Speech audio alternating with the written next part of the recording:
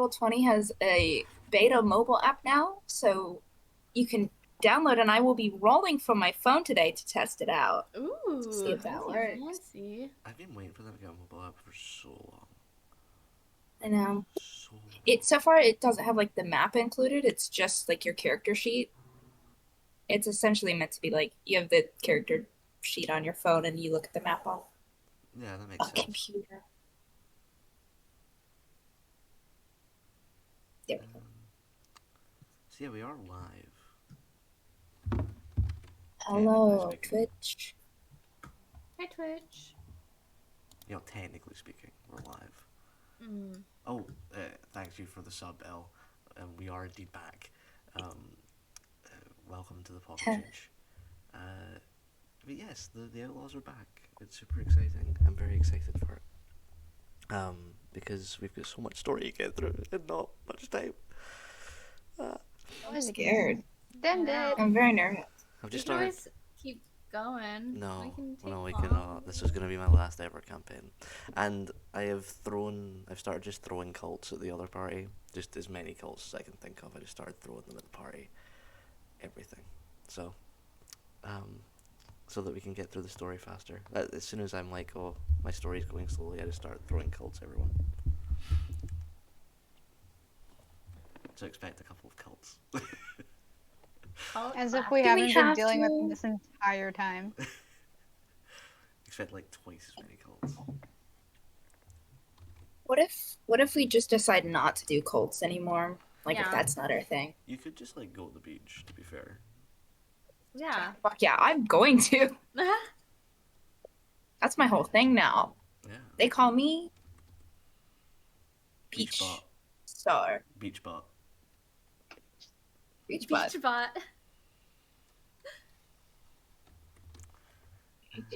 Oh my gosh. No. I refuse to have my identity reduced to water. Well, why won't it let me What? sign in? Well, while we're waiting, let's all lament the loss of the old outlaws. Goodbye, like the pre-god party. But also, I think we're going to be jumping into this with roleplay questions for the first time in a long time, which is Oh super my gosh, we exciting. haven't done those in like 3 months. Yeah, I know. Oh my gosh. I know. I'm so excited. I Three of forgot who I. three of them are from the lovely L. Thank you, L. Aw. Thank you, Elle. And one of Thanks, them is Al. from me because Elle gave up after three. It was like I can't do it anymore. So entirely respectable, I think. So while we wait for Luca to show his beautiful face, perhaps you can all just enjoy our dulcet tones. And we'll start with Willa. So, Hillary. Well, first off, Hillary, how does it feel to be back playing Willa? I'm so excited. I missed it. If I didn't have October, I probably would have like cried. It's been a very stressful time, but yes, excited to get back. So, for Willa in particular, how does it feel to be back in Indara, your homeland, especially considering how the last time it was left? It's very nervous. I don't know what to expect. I don't think she wanted to go back to Andara after Wunngrenad anyway. Just because I'm not like Hillary and Willa are not sure if like Tyvane has resumed control or if there's just a bunch of cults running around or both or what's going on. It's all up in the air. So I was thinking about it today and I'm like, I don't even know like what's gonna happen this session. Oh my goodness. I feel like a lot of this session is going to be me giving you guys some breathing room, and letting you get back into character because it's been a little bit of a time since you've played these guys. Thank you very much for your answer there, Hillary. Excited to see Willa cry some more in Dara. We can go with Cassia now. Emma. Well, first off, Emma, how does it feel to be back playing the beautiful rogue Cassia? I'm so very excited. I miss my girl and all of her friends so dearly. I haven't been able to shut up about it to my IRL people, and they can attest to that. And yeah, Lovely. Well, we're very excited to see our horned, red-skinned devil girl back in action. Hopefully stabbing things a little bit better than she did in chapter 1. We don't talk about the bad probably not. parts. So for Cassia, how do you feel about the loss of Wunngrenad?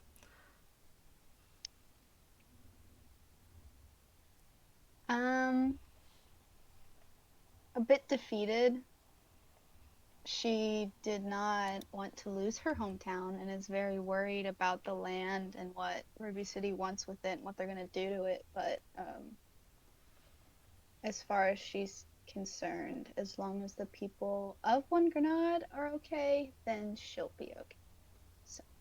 Wunngrenad is a people. Exactly.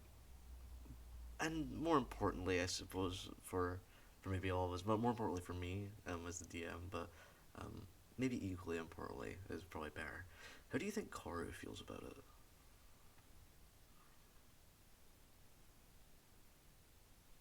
Probably the majority the same, but a little bit more of his stubbornness creeping through of like, I lost.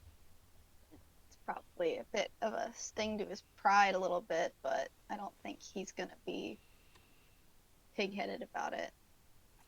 You would hope Hopefully. not, considering he is like the spiritual leader of, well, the Especially considering he just told Cassia that he was disappointed in her when she was like, I'm angry about this is all happening. And he's like, that's sad. So he was trying to be all like wise and shit, and to just sure, but he's a stubborn ass. So he is a stubborn ass. You're absolutely right, and that's why we love him. yes. Well, thank you very much for that answer. That leads quite on well to Asterisk here. Well, first off, Monty, are you excited to play Asterisk again? What are your thoughts? I'm so excited. If you follow my hi Nikki. Hello. If you follow my Twitter, I have been openly ranting and raving about how I'm going feral.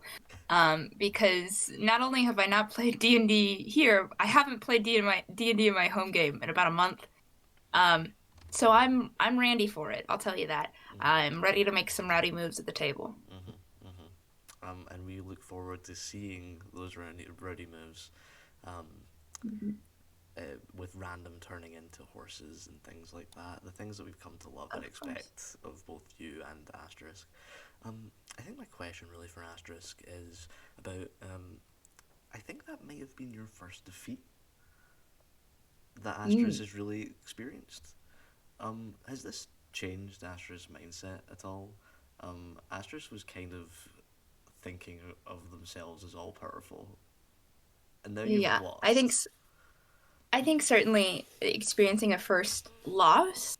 I think she didn't realize that there was an option of walking away from a lot of things. So this is new and interesting for her to think about sort of the implications of that. Yeah, she certainly has, over the course of the past arc, learned that she's not immortal, unfortunately. But I think this was one more hit on her ego of like, oh shit, I'm not indomitable either. Oh no. So now she's just sort of like, well, what do I have? And we're gonna have to figure that out this arc. Definitely. And a lot of your allies were injured as well, and you are not a squishy person with the flesh and the bones.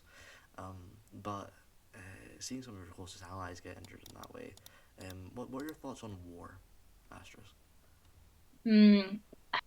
I think she quite enjoys the act of battle. Like, it is something that is quite fun. She does kind of, like, whether she says it or not, enjoy hitting things and blowing things up and zapping things really good. But I think it's really disheartening to her to see, like, for example, Meridia lose a leg, and like continuously understanding that these people will be permanently changed, whereas she understands that she can sort of be repaired. There are people that they don't have that ability, and I think that's a little bit frightening for her, to see how fragile the people around her are. That's a very, very good answer. Um, Thank you for that, Monty. We're very excited to have you um, continue to be an absolute chaos machine with Asterisk. Nikki, I'm sorry for the Oh, late last minute, change of tech. I don't control the clocks, unfortunately, yes, because that's fair. otherwise I would get rid of daylight savings time entirely. Because Hmm. I don't really, Fuck farmers. I, Yeah. I don't, I don't want to That's get my cancelled understanding. like Is it this. something to do with farmers? I actually No, don't you're know. right. You're right. It is. I just don't want to get cancelled over farmers. I'd like much rather it was something Hmm. more interesting. I Although was just about to call my farmers union, so watch yourself. I, I gotta say, I think like maybe 60 or 70% of my audience is farmers, so we have to be really careful what we're saying. That's fair. Um, Farmers love D&D. oh, for sure. That and Farm Simulator are like the only games that they play. Hmm. Um, so, um, will you be joining us on camera, Nikki? I know is absolutely fine. Yeah, today my facial hair is not looking as good as Monty's, and my skin is pretty bad the last couple days, so I'm gonna leave it for today. Absolutely no issue. Let me just sort out the cameras around. And in the meantime, I'll ask you your question. So, we're coming back to roleplay questions. For the first time in like 3 months, so that's super exciting. And I'm super excited to have you back playing Luca and Monty. How are you feeling about joining back with Luca again, Nikki? It feels good. It was fun to play Silgoth for a little while. He was an interesting personality to inhabit. I don't usually play people that are quite that kind of more cruel and immoral. But it's fun being kind of I usually play people that have a darker flair to them but have good intentions. And I feel like Silgoth was a person that did not have good intentions. Mm. Um, but yeah, Luca is someone I care a lot about. I've invested a lot in him. And I like getting back into his head and trying to figure his life out for him. Oh, definitely, especially coming into a very interesting moment like this with the fall of Wunngrenad. Mm. So very excited to see you do that. One thing I was not expecting from the God Show was how Solar was played as immoral as Silgoth. Just as Yeah. The key moment of that game for me was when we ran into the half Titan guy, Mhm. and I was thinking in my head, oh, this would be a great role playing moment to show the darker kind of aspects of Silgoth and that he's going to kill this innocent guy. And then Solar did it, and I was like, that's even better because now there's this whole duality in the fact that like Solar is not the innocent victim. Solar is this dark person, this person willing to commit violence that Silgoth had a rivalry with instead. Mhm. And I do love to see that, and Mm, that's now canon. So absolutely yeah. fantastic. Um, so yes, thank you for that, Nikki. But now on to the actual question. We could sit here and talk about this all day, but we do have D&D to play. So, Mm. for Luca, getting into Luca's mindset here, do you think there's anything you could have done better in the war? I mean, Luca always thinks that. Um, I think Luca's still kind of getting used to how much he can accomplish with the abilities that he has now, Mm-hmm. and I think he, especially in that moment where he was kind of holding the breach and just like mowing dudes down with his sword, I think in his head, if he just picked the right spots and the right fights, he could have just held the line indefinitely to get everyone out. But that's of course his own like self-judgment talking. He doesn't really like to accept the fact that he's just one man and there's only so much he can do. Yeah, it's very understandable. I think that in a lot of ways, people like Koru have the same kind of thought process as well. Koru Yeah, is I think Luca recognized that at the end, and that was why Luca wanted to reassure Koro that he'd done right by everyone and what he did. yeah. Um, Obviously, it was a sad ending that we left there at the end, but I'm also kind of hopeful because we did get a lot of people out of Wunngrenad. That is where we're going to be starting. I know it's been a long time, so a recap is not necessary if no one wants to do it, but you're leaving it to me if you don't. So, and you're already going to hear so much of my voice, so I'll take that dice. there you go. On you go. Give us a look. Okay. Last time we started off fighting the Demobot, the huge mechanical monster that had been set upon the walls of Wunngrenad. We beset it with some werewolves led by Prid at our side.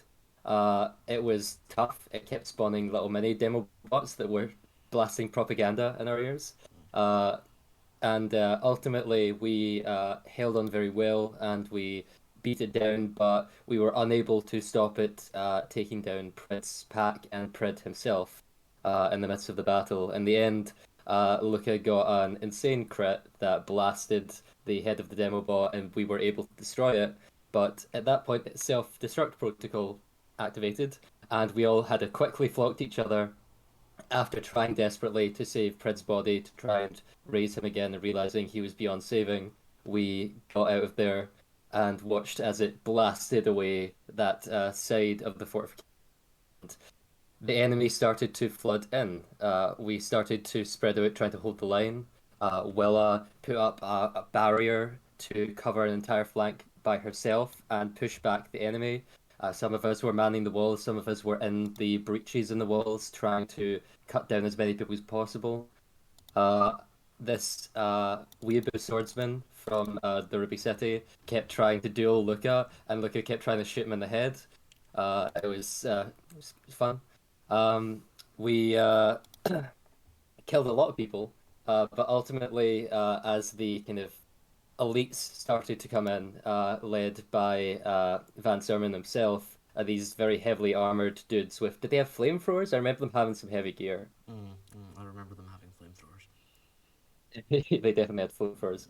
They had something. Yeah, Um, that sounds like me. so Let's uh, say flamethrowers. That sounds like something Vance I could comes have. in and starts taking pot shots at Willa, and ultimately we have to convince Willa to back up and not just die. They are trying to hold back an entire army. So we all retreat to the Druid Grove that Asterisk had set up earlier on the northern area of the battlefield. We realized that with the defenses it had, we could hold for a while in there, and the decision had to be made as to whether we should, because we were basically out of fighting force. We were heavily outnumbered. Uh, the enemy threw themselves at it for a little while before realizing they weren't going to manage it and backing off.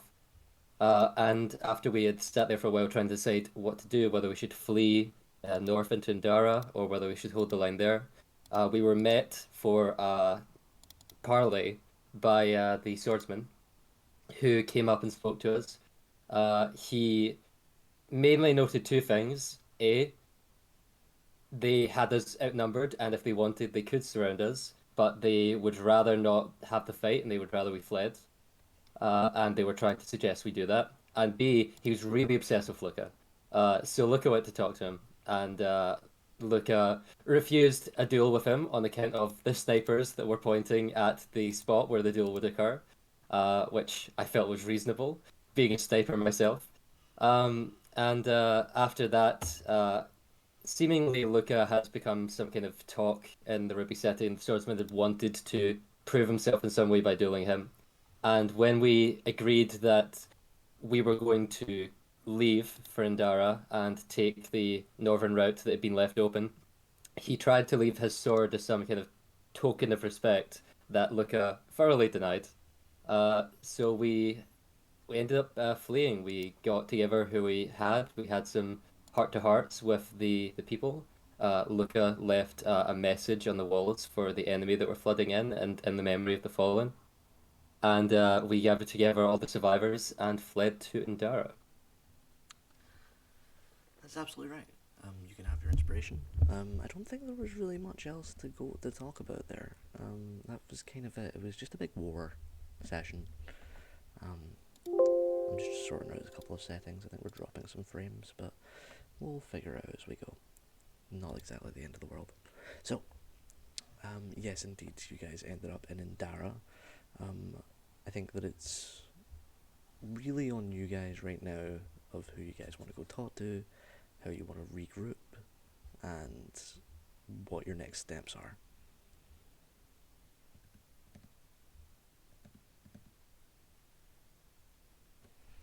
Give us a scene, Vinny. I will. What's the scene? I will give you a scene. Okay. Paint us a word picture. I'm painting a word picture. Okay. So, you all teleported in to the white trees of Indara.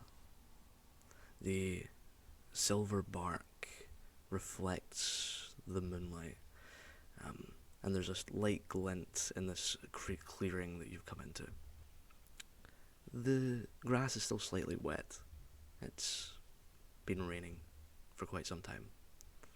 And from where you are pretty sure that you can hear the waves of the ocean, so you're not far from the beach. Indara City proper is far from here, you know well. 4, 5, maybe even 6 hours walk on a normal day. For a second, everything is silent, and then you can hear the moans of pain of the people around you as they're rather unceremoniously dumped through the tree, and just landing in heaps of broken bones and bits of blood. The moon is out in a way that it's never really out in Wunngrenad. It's huge, much bigger than it should be, and the stars around it seem to dance almost.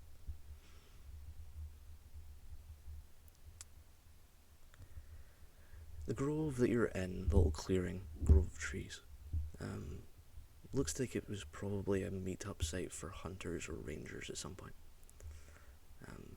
You can see notches on the silver barks of trees that would be for the amount of people that have been by this area, and you can see some of the notches on the tree seem to be hundreds of years old.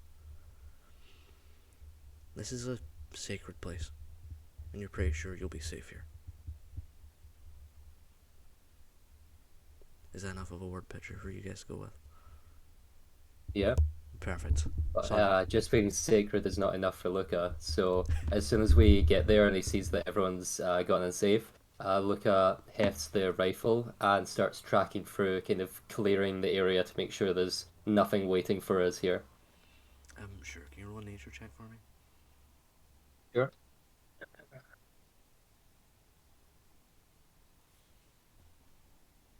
Could also be survival. Nature's a little better. Oh, first roll of the night. First roll of the Oh, night. damn, bitch.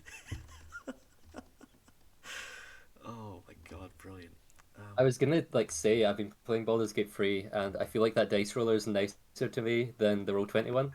But yeah, I guess I was wrong. I thought the exact same thing until I rolled 5 nat ones in a row. Oh my god, I had like a CR5 check to convince somebody, and I have +3 in persuasion, and I rolled 1 twice in a row. It was horrible.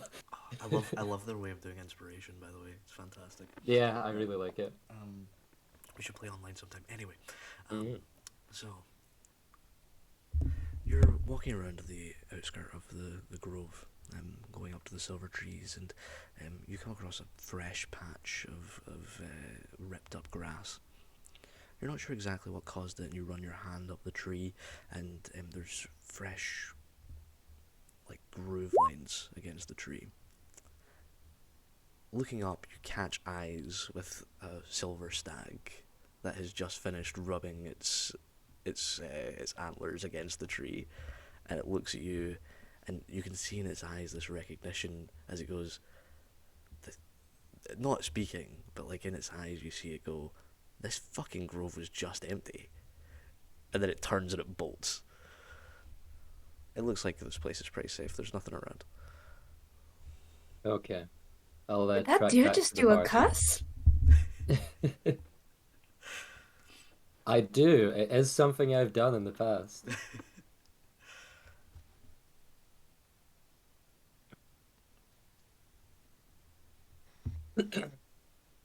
Oh, Willow's gonna head over to the people that need healing, start helping them. Sure. You know, a lot of your friends have suffered minor injuries. So, you know, Radia's pretty badly cut up, a couple of broken ribs. Marshall has got a scar on his face. Seems otherwise pretty unharmed. Actually, I think he lost a couple of fingers. Anyway, we'll get there. He'll make new ones. It's fine. And We're gonna get in trouble for that. I know. We can't have Marshall get hurt. Are you kidding?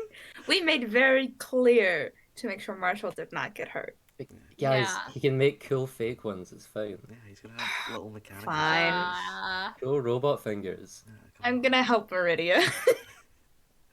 Yeah, I'm gonna crack out the healer's kit and start trying to help patch people up. Sure. Father Zuli in particular is pretty badly wounded.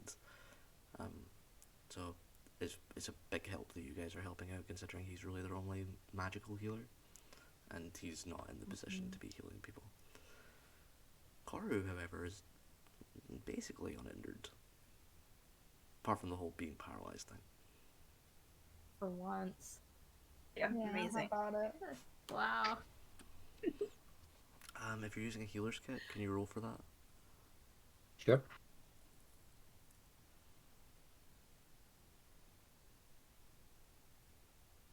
Where's my medicine?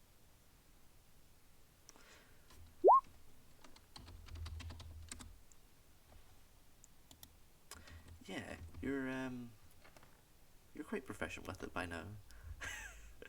And you Yeah, it's funny because Luca normally would be patching up all his cuts and bruises here, but a lot of them healed up during the battle as enemy blood flowed into him. It was pretty gnarly. that is very gnarly. So between the three of you, you walk around, Luca really dealing with light cuts and putting splints on broken bones and that kind of thing.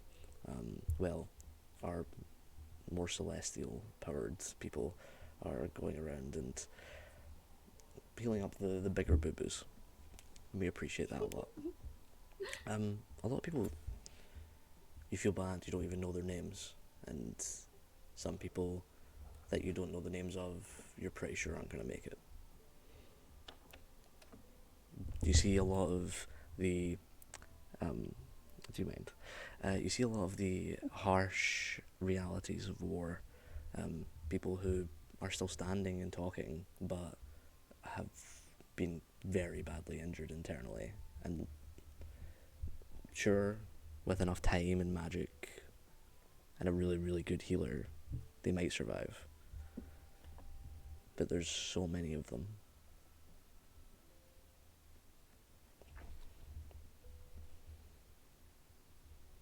Meridia's good though. She's got like bandages around her ribs. She just needs to sleep. Like a lot of people do.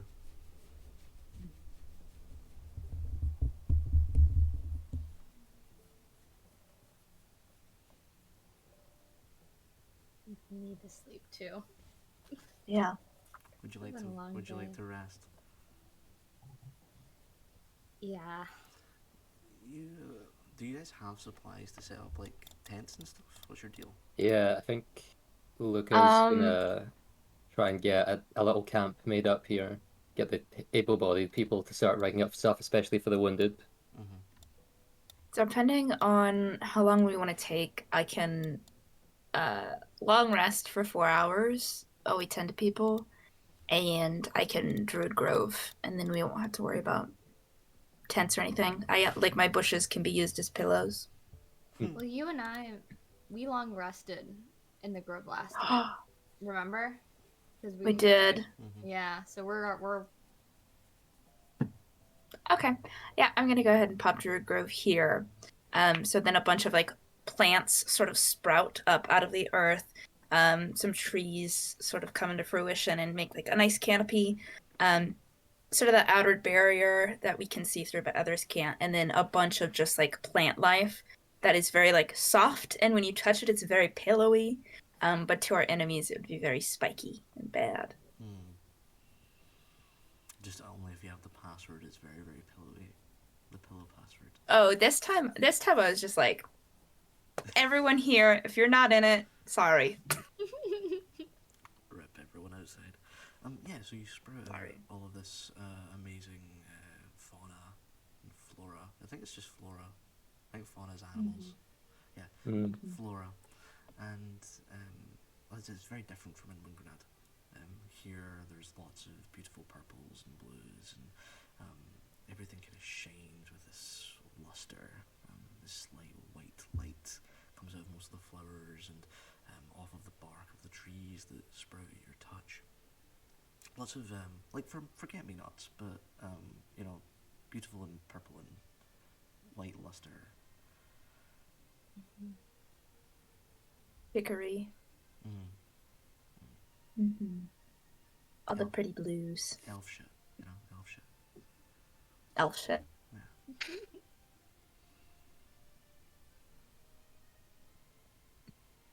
Well, those who are ailing should rest. I'll keep watch. I guess this is when Cora will come up to look at. Well, I'm not injured, so guess I'll keep watch too.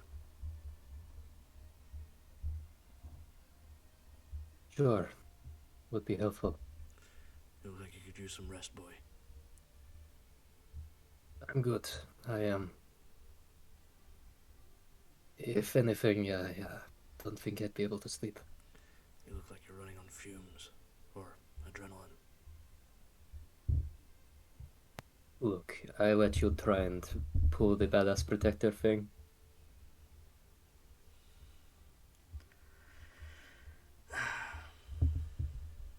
You know, that's fine. I cannot convince you. Why am I suddenly... You always steal my accent when we speak. Every NPC is the face stealer. Yes, this was the campaign from the entire time. I'm quiet on stream. Hold on, I'm gonna up my volume on stream.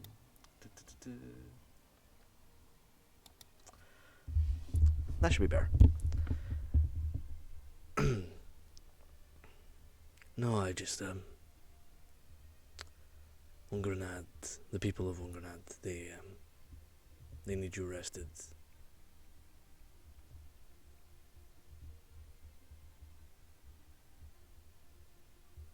You're there, when I'm, because I can't be. You know what I mean, Luca. Fine. Your eyes are better at night anyway. He'll go and take a seat and keep watch. Luca's gonna go and find a spot kind of away from most of the group and kind of settle in so that he's not merging up with like too many of the folks that are just trying to get a proper rest.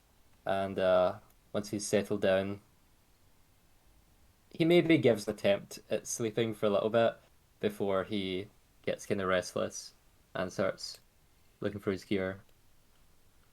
And I think he'll pull out that book he was messing around with. The Bloody Man book. Mm-hmm. Okay. Good stuff. As he pulls it out, he kind of looks over the cover and then says under his breath, "It helped a lot. I need a little more."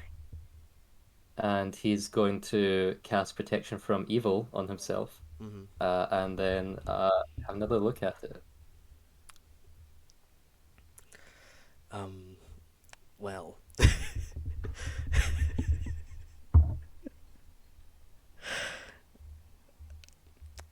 I'm gonna give someone else the. I can tell you the horrors that I've done. Yes, thank you. So When Luca opens his book bravely, um, just immediately, sort of a bookmark falls out, and it's one that is covered in glitter, and very clearly has like Willa's handwriting on it. And you sort of see it fall out, and you have enough time to sort of look at it. And I believe it just said, "We love you," like very poorly written. And then all of us sort of signed on it, and it hits the ground. And I think Luca just has enough time to go, "Huh." And then your book sort of just like explodes confetti towards you and glitter. Um, and plays a light, jaunty tune. And then it's just dead silent. And that's it.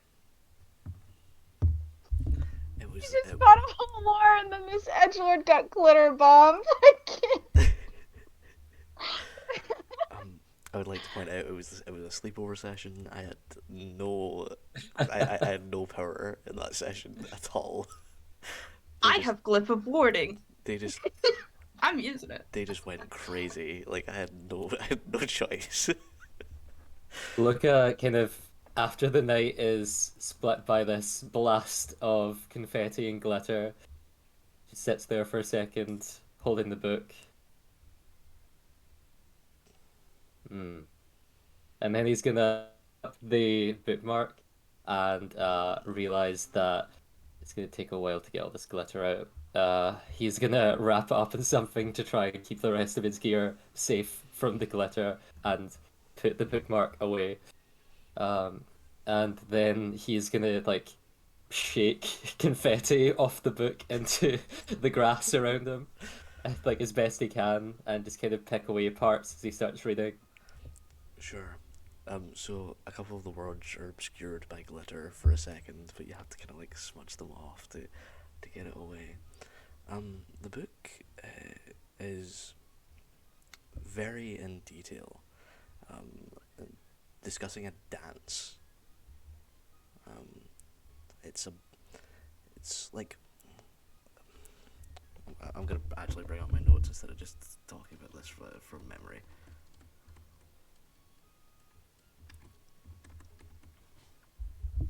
It's the dance of eternal hunger. Um, there's small illustrations as well, and it appears to be more of like a ancestral fighting stance that allows you to dance around the user. Sorry, the enemy, and as you do, you slowly drain the blood out of them, and it kind of becomes armor around your body. Um, Oh. you feel like this is a technique that you could learn. However, at the bottom it says, "Never attempt this dance." Hmm. Well, interesting. Luca's gonna reach into his bag and look for his own bookmarks that are not covered in glitter. Just one of the leather strips, and leave it in that spot as he continues further into the book. Sure, and we'll do a little bit more of the book, and then we'll move on to what everybody else is doing. Because the book is hard to read. Not for, like, obviously you're a very experienced reader, and it's more like it drains your will as you read it. It is tiring. It hurts. And you feel your skin get, like, when you look down at the hand that is turning the pages, it seems paler with every page that you turn. The book speaks a lot about the wonders of blood. It talks a lot about bloodletting as a way of healing most diseases. It talks about blood transfusion. It then talks about how these plague doctors would use leeches to cure all kinds of ailments. And it has an illustration of a plague doctor, and it has like two photos of him side by side, and he's holding up his hand like this, and then in the second one there's a leech in between his fingers, and underneath it says, "Produce leeches with this one simple trick." It appears that you could learn to summon leeches. This one is Ah, recommended. not one of the spells I was expecting to learn from this book. Summon leeches. I mean, in theory, Astras can summon leeches, right? In theory, They're an yes. animal. I Yeah. can summon a lot of them if I want. A whole lot of leeches, a horrifying amount of leeches, I would say. You assume this would Uh, be some kind of special blood leech. well, all these techniques are about as fucked up as I thought they would be. But whenever he finds notes on one of these kind of strange techniques that he could look into further later, he's going to leave a little mark to make sure he has the spot. As you like go shakily to turn the next page, you realize that you can like see your bone underneath your finger. I kind of lift it up and flex it for a second. It's like your hand, your skin's going translucent. Luca, with his other hand, just kind of closes over the book and goes, "Okay, short reading sessions. I think I'm gonna put it away for the night." When putting it away, you immediately feel better, but weak and like hungry and thirsty, like just drained. Great. I'm gonna get a little something to be able to feel alright enough to sleep, and then I think having thoroughly tortured himself some more, Luca is going to actually go to sleep. Entirely fair. Astris Meridia is awake, but is just kind of lying back against the rock, staring at the sky.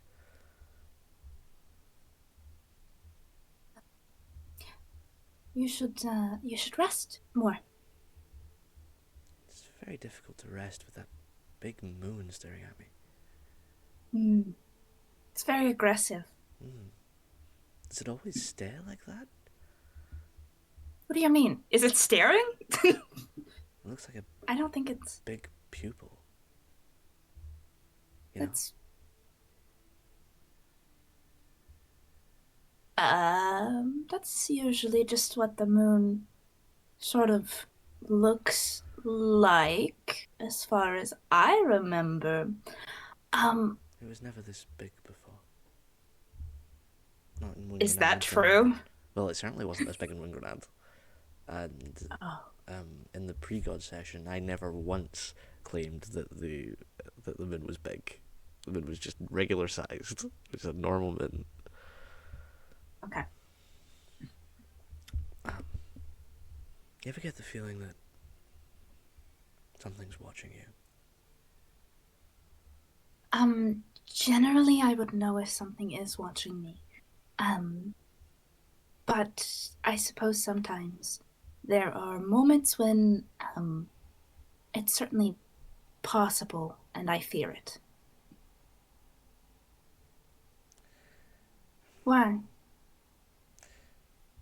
It feels... You fear the moon? Of course I fear the moon. It would be ridiculous not to fear the moon. I don't fear the moon. No, I suppose you don't.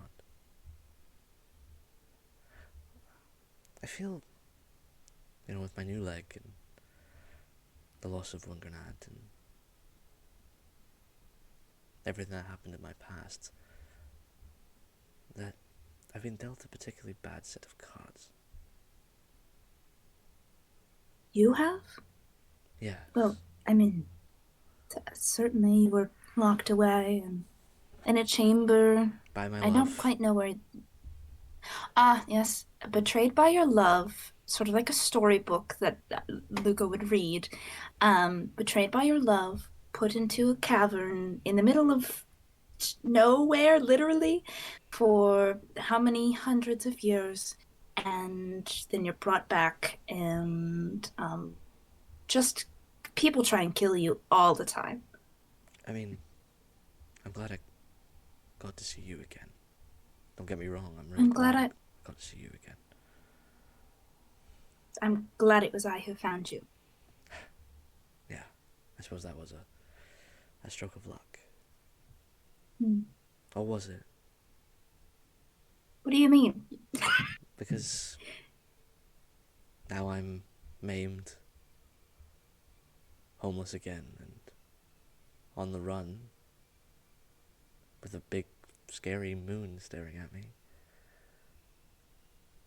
That sounds like sort of the last, I don't know, 600 years for me.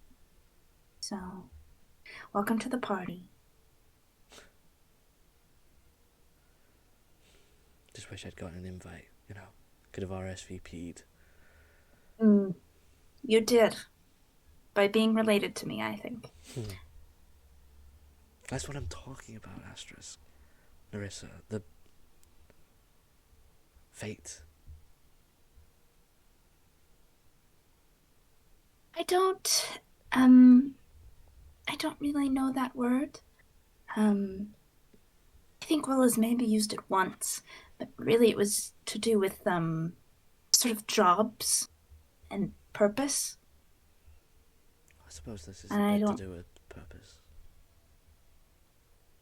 I don't think it's our job to be maimed. Maybe not yours. It's And not yours either. She looks like stands up on like the shaky leg, and she knocks twice on your hard metal body. Not yours anymore, I suppose I should say.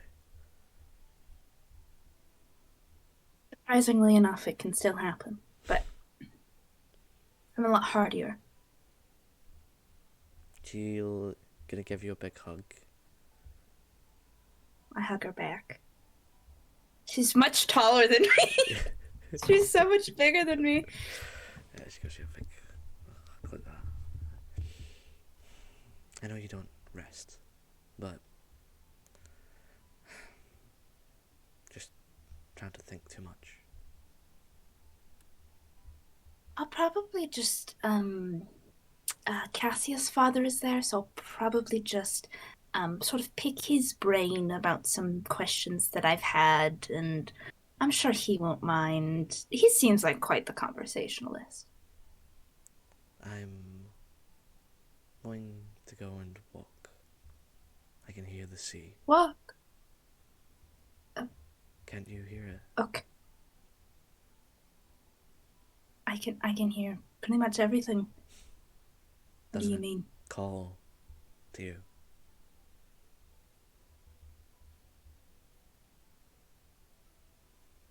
The sound of the sea echoes, rattles in this empty head. But no, it doesn't call for me. You'll know what it does.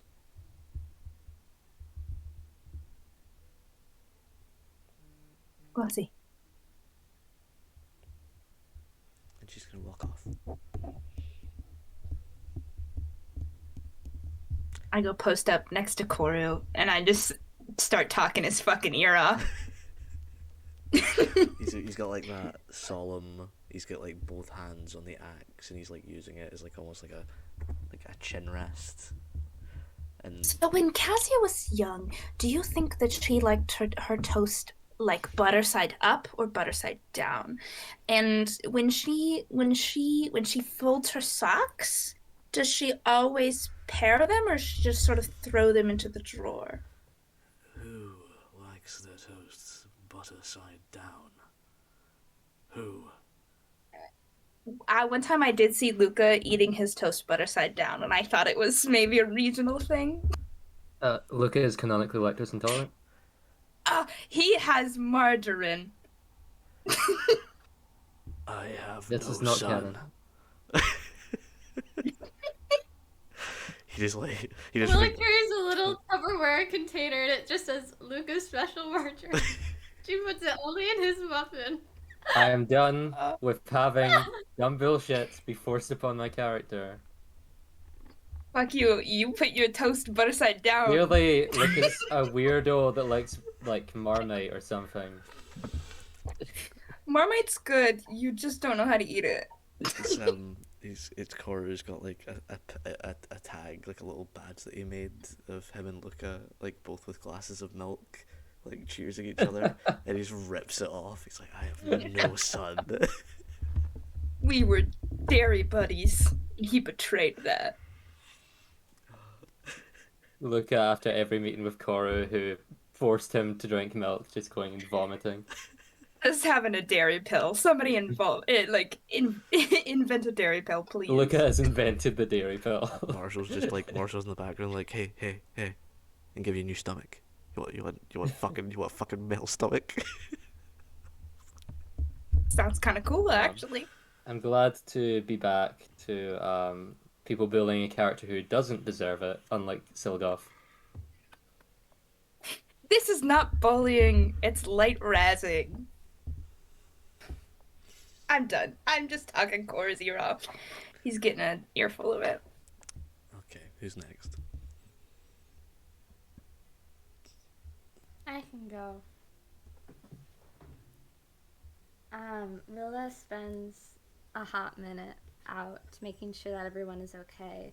And when she comes across a person who seems too far gone or out of her power, which there's quite a few, she sort of takes their hand in hers, and presses her forehead to theirs.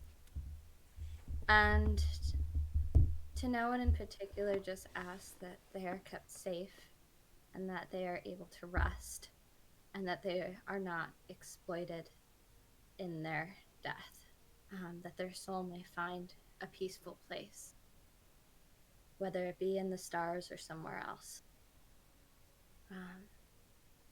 And after she spends time healing her hands worn and cracked from wrapping bandages and pressing them against the skin of the people that she loved and strangers, just trying to help those around her, she takes a moment and gives a deep breath and closes her eyes. And after that small moment to herself, she takes out Eleni's journal and turns to the next recipe, knowing that the camp and her friends are going to need something to eat in the morning.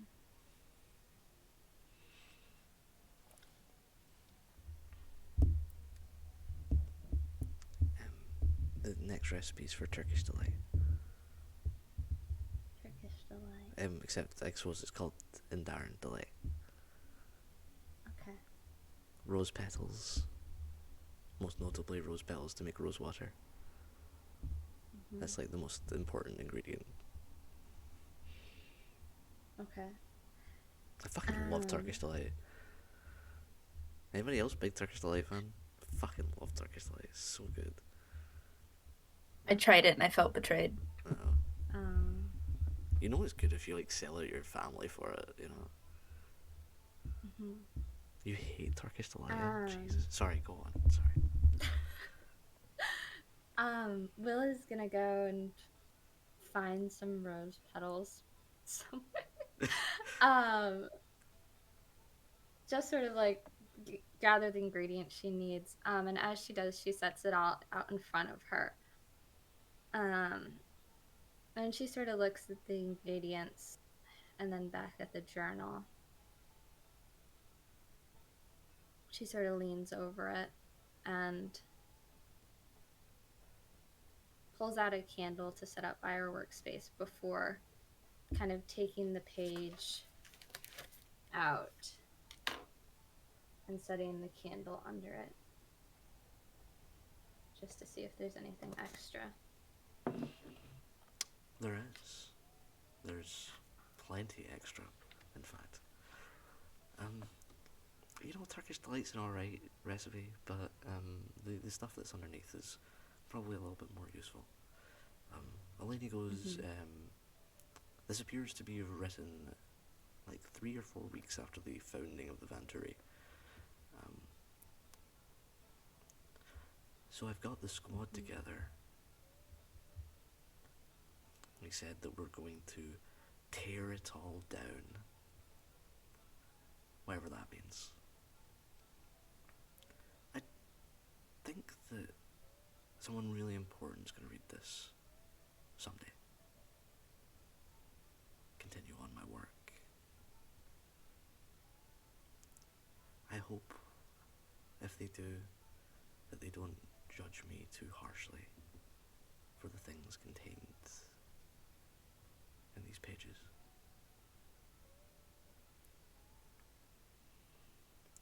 Whoever you are, I'm proud of you.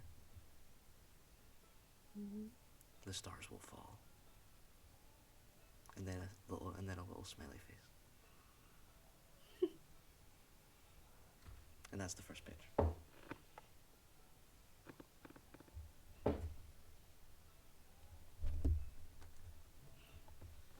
Oh, smiles. She's almost concerned and confused at the first bit, and then that last note sort of settles those feelings of unease. And she sets to work baking, kind of replaying the words that she's read in her head. Mm-hmm. Smell wafts over the camp. You make some great Turkish delight. Or are you just deciding you're not gonna make Turkish delight right now? You're like, fuck it, I'm making tarts. No, I think I like Turkish delight. There we go. That's a good one. There we go. Mm-hmm. Do you want me to like make a check for it, or am I just really good at Turkish delight? You're reading off a recipe. I don't think there's any way you can fuck it up. You can roll just to see how good it is. Okay. Okay, that's pretty. Yeah, they're pretty good. They're pretty good. They're pretty fucking good. Pretty good. Yeah. Yeah. Like for a first time Turkish delight and like no real ability to get like fully up powdered sugar. Pretty good. Pretty good. Mm-hmm. Cassie, you got anything?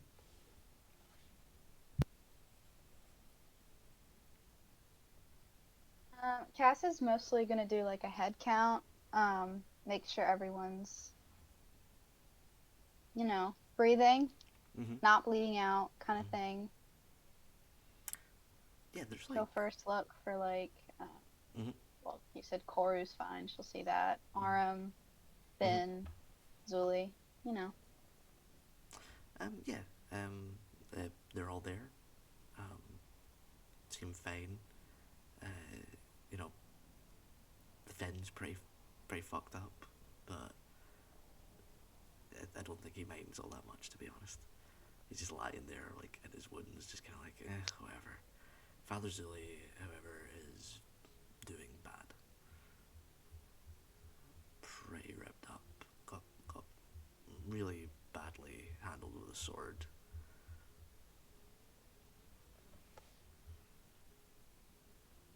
There's about 60 people that you got out of Wunngrenad.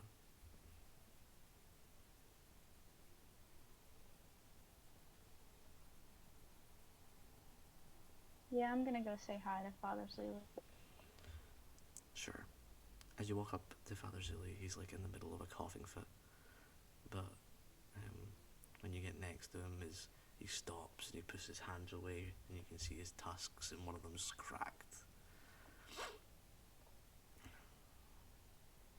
Cassia, is that you?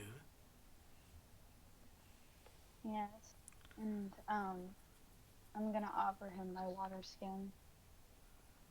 Sure. You pour a bit into his mouth, and he kind of like coughs and splutters. It comes out with a bit of blood. Good water. Real nice water. Thank you, Cassia. You look very much. You look very much uninjured.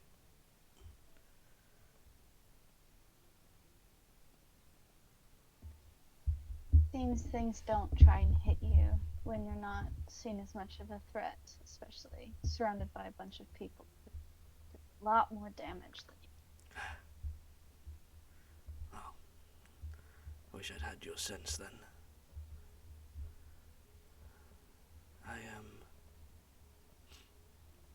You look so much like your mother.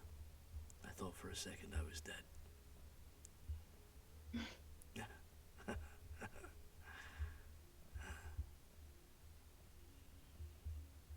I don't have long, I don't think.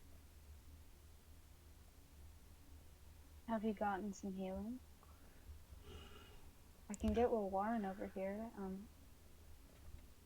I think I should probably speak to Miss Elenian before I go.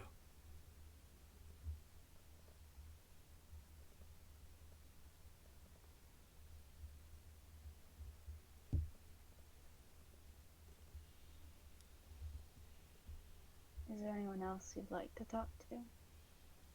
No, don't wake anybody. Make a fuss for an old holy man.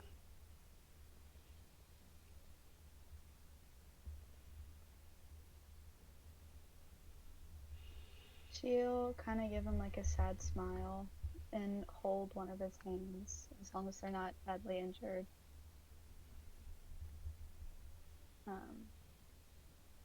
And she's gonna bring it to her lips for a second and then set it down in his lap, and I'll go get Willa. He's very cold. You go and get Willa.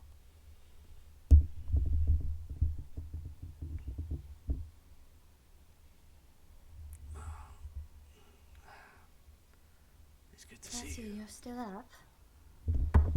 Oh, okay. No. It's okay. Go ahead. I would just go ahead. Yes, I'm feeling a bit restless. Was everything all right?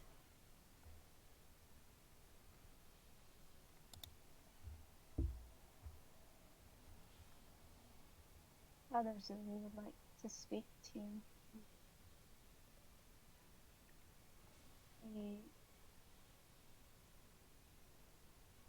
I would go quickly. I think it's good. Willa like drops the bowl she's holding and runs over. You can see he's reached into his bag and he's pulled something out, and it's kind of dripping with a bit of the blood that's on his chest and been running down the side. Oh, you don't have to run. It's quite alright. What? I didn't think it was this bad. I can... Here. I can heal you. I think I'm not sure I'm beyond Bagdan himself. I think I'm beyond that kind of healing.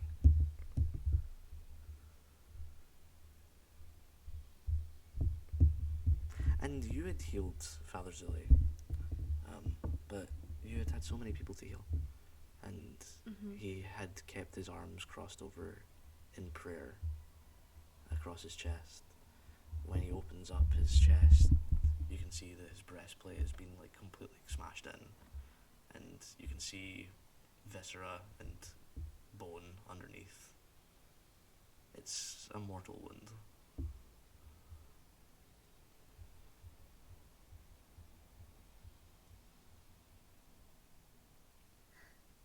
Why didn't you tell me?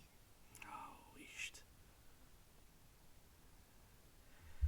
It's just the end of my days. You know, I'm old. I'm older than Koru. And Koru's so old. Shh. Shh.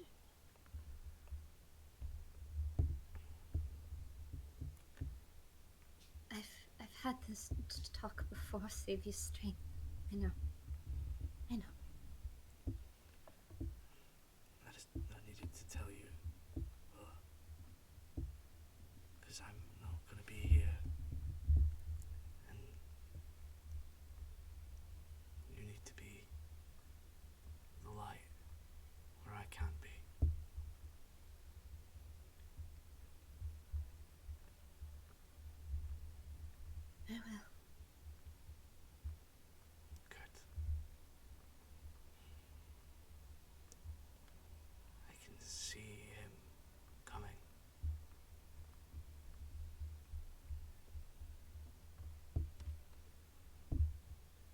reach out and take his hand.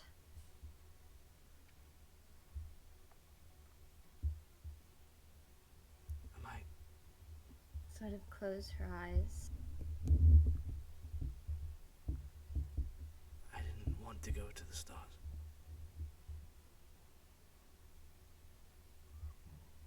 Where do you want to go? Home.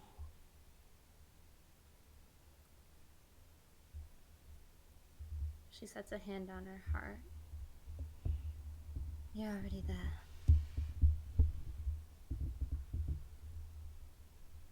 I can see the church now. And as his eyes close, you hear just a very light from his lips. Ramos Deo. And then he's gone. And in his hand is a blood-soaked letter with a wax seal.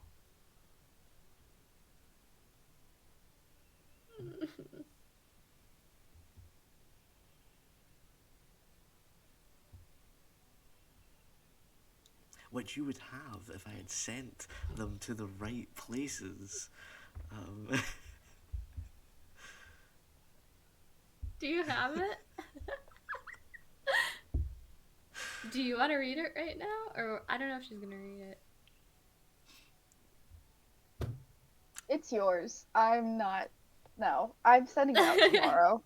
I just have to Okay. find an envelope. There you go. So that would have been way more dramatic if that had been there for this, but that's okay. You can get it off screen. Mm-hmm. Which means Willa just tucks it away. Yeah. Canonically. She takes it and wraps it in a piece of cloth and like slides it in between the pages of Elaine's journal. And then leans forward and shuts Father Zuli's eyes. Sort of just straightens him up very gently, and starts to hum that same melody that he always did. A little bit through tears as she goes on.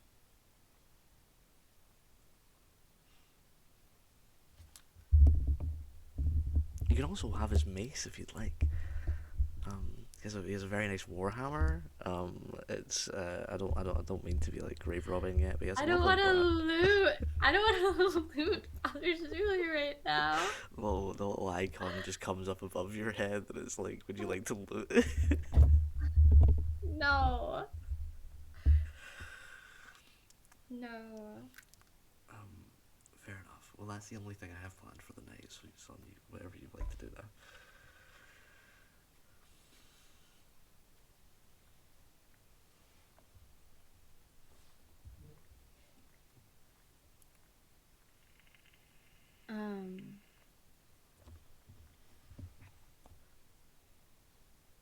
Willa will sort of get everything set up and then make her way back towards Cass and anyone else who's still awake.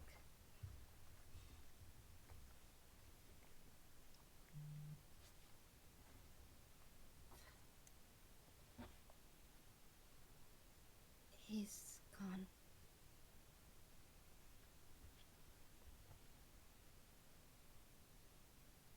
Cass will just kind of slowly open her arms up and give Willa a hug.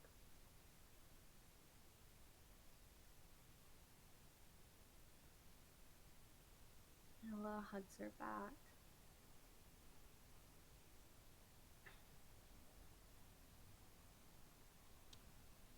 He always told me he was going to die in battle, and I told him that was stupid because he was a priest. I guess I kind of had the last laugh there. I guess. He would have liked that you were with him.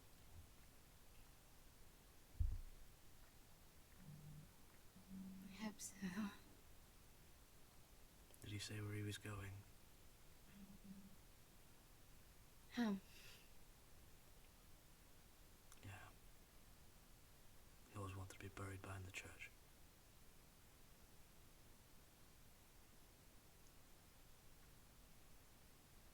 No, the church isn't a building. It's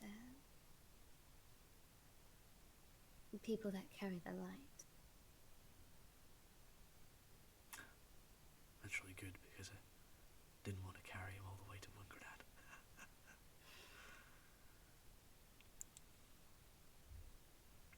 I'll find him a spot. All of them. Tomorrow morning. Yeah. That's a good idea. You need your rest, Willow. I'm alright. I rested earlier.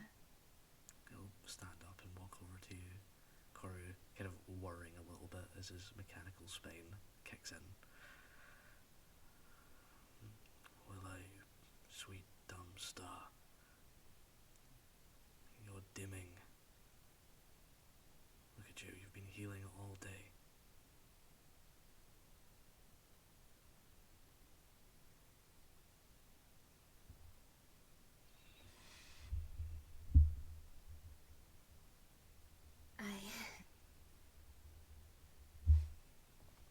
I know, I'll head to bed shortly. I just have to finish what I started earlier, the baking. The baking. Cassie and I can finish the baking. Is it going to be edible? I have absolutely no promises. You can help me finish it, and we'll all rest. Deal.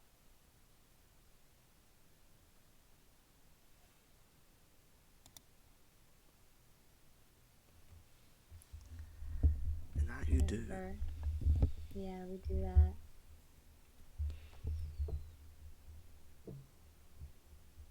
And then, when everything's all finished and the Turkish delights are made, he grabs you by both shoulders and goes, "Now go to bed."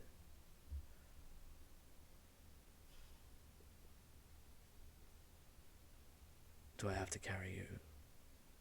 No, I'm a grown elf. I'm probably older than you.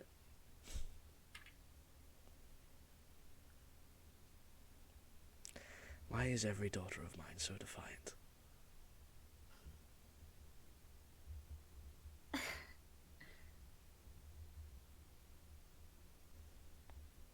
Go.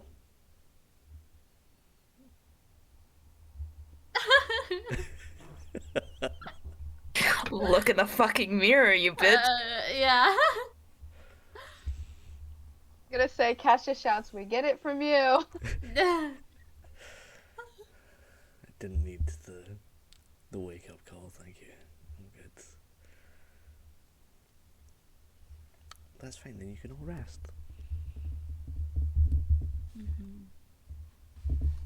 When you wake in the morning, there's quite a nice smell in the air as some of the survivors have gotten up earlier and started to make the various oats and Wunngrenad delights, and which in this case are like grits essentially, because that's what they've got. But some people have their hackles raised a little, because on the edge of the Druid Grove is standing an elf with tan, dark skin and bright blue hair and many piercings that seem like they may be made of bone, piercing all along his face.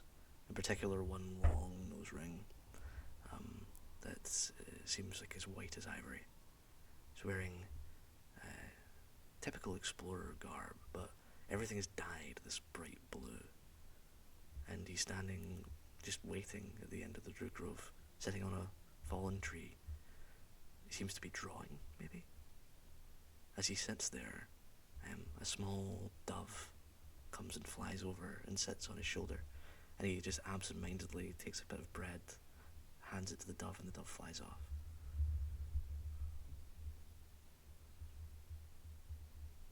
Everyone knows that bread hurts birds' stomachs. This guy's bad.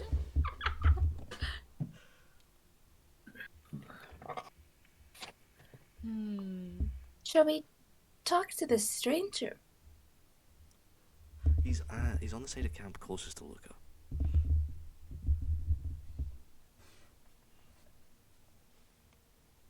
Well, it's Luca's turn. Yeah. Luca's kind of side-eyeing him as he's getting ready in the morning, and then when no one else approaches him, he gets his feet, walks over, his hands on his holster. Yes. Oh, sorry, I didn't know how long mortals sleep for. I thought I would greet you. Hello. My name is Rakwa. I think that's mortal tongues difficult. Rakwa. Yes. You were in my patch of the woods, so I thought I would. Refugees, I assume, perhaps. A great deal of druidic magic is being used here. It's rather impressive, actually. So I thought I'd come and say hello, and perhaps offer assistance if needed, to maybe move off of my land in future, and that kind of thing. Sorry, I've given you my name. What's your name? Luca. Luca. That's lovely. Rakla, these people have gone through a lot in the last few days. We'll be passing through. We're not planning to stay here. Oh, lovely. And do you need help with that? The Fae have not been kind to us in the last few days. People here will struggle to trust. That is unfortunate because you are right on the border of the Feywild. What lords are you associated with? I tend to not get involved in politics. All right then. Who has sway closest to where we border? You are close to the Winter Courts, I believe. I remember he's Summer, Jennifer Summer. Yeah, Juniper Summer. Yeah. Summer and Spring. Luca nods. All right. Well, we should be traveling on as soon as we can. We have enough people walking to carry those that can't. Okay, just don't circle any trees. Because when you get lost, sometimes you end up in the Feywild. I'll keep that in mind.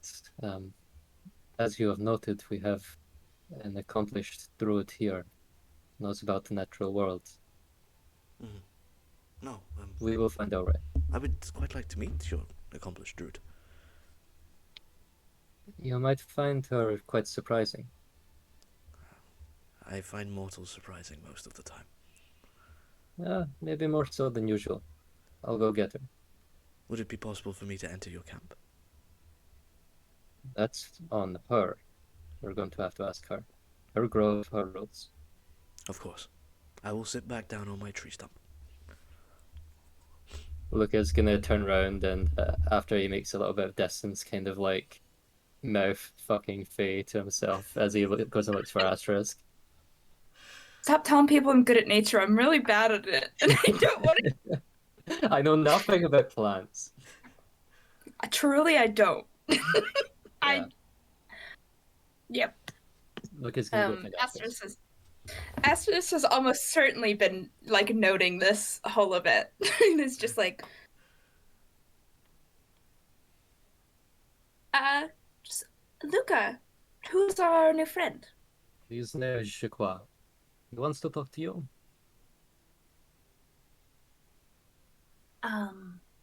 I'd be happy to chat. What does he want to discern? He wants a couple of things. He wants to know about you, since you're the one that put up the grove and he's curious about it. He wants us to leave, which we're planning to do as soon as we can anyway. He's curious about the consequences being so near the Feywild might have on us. Oh, And he wants to come in, which I think is a bad idea. okay. So do we trust him? No. Or is he one of the people? So I lied to him.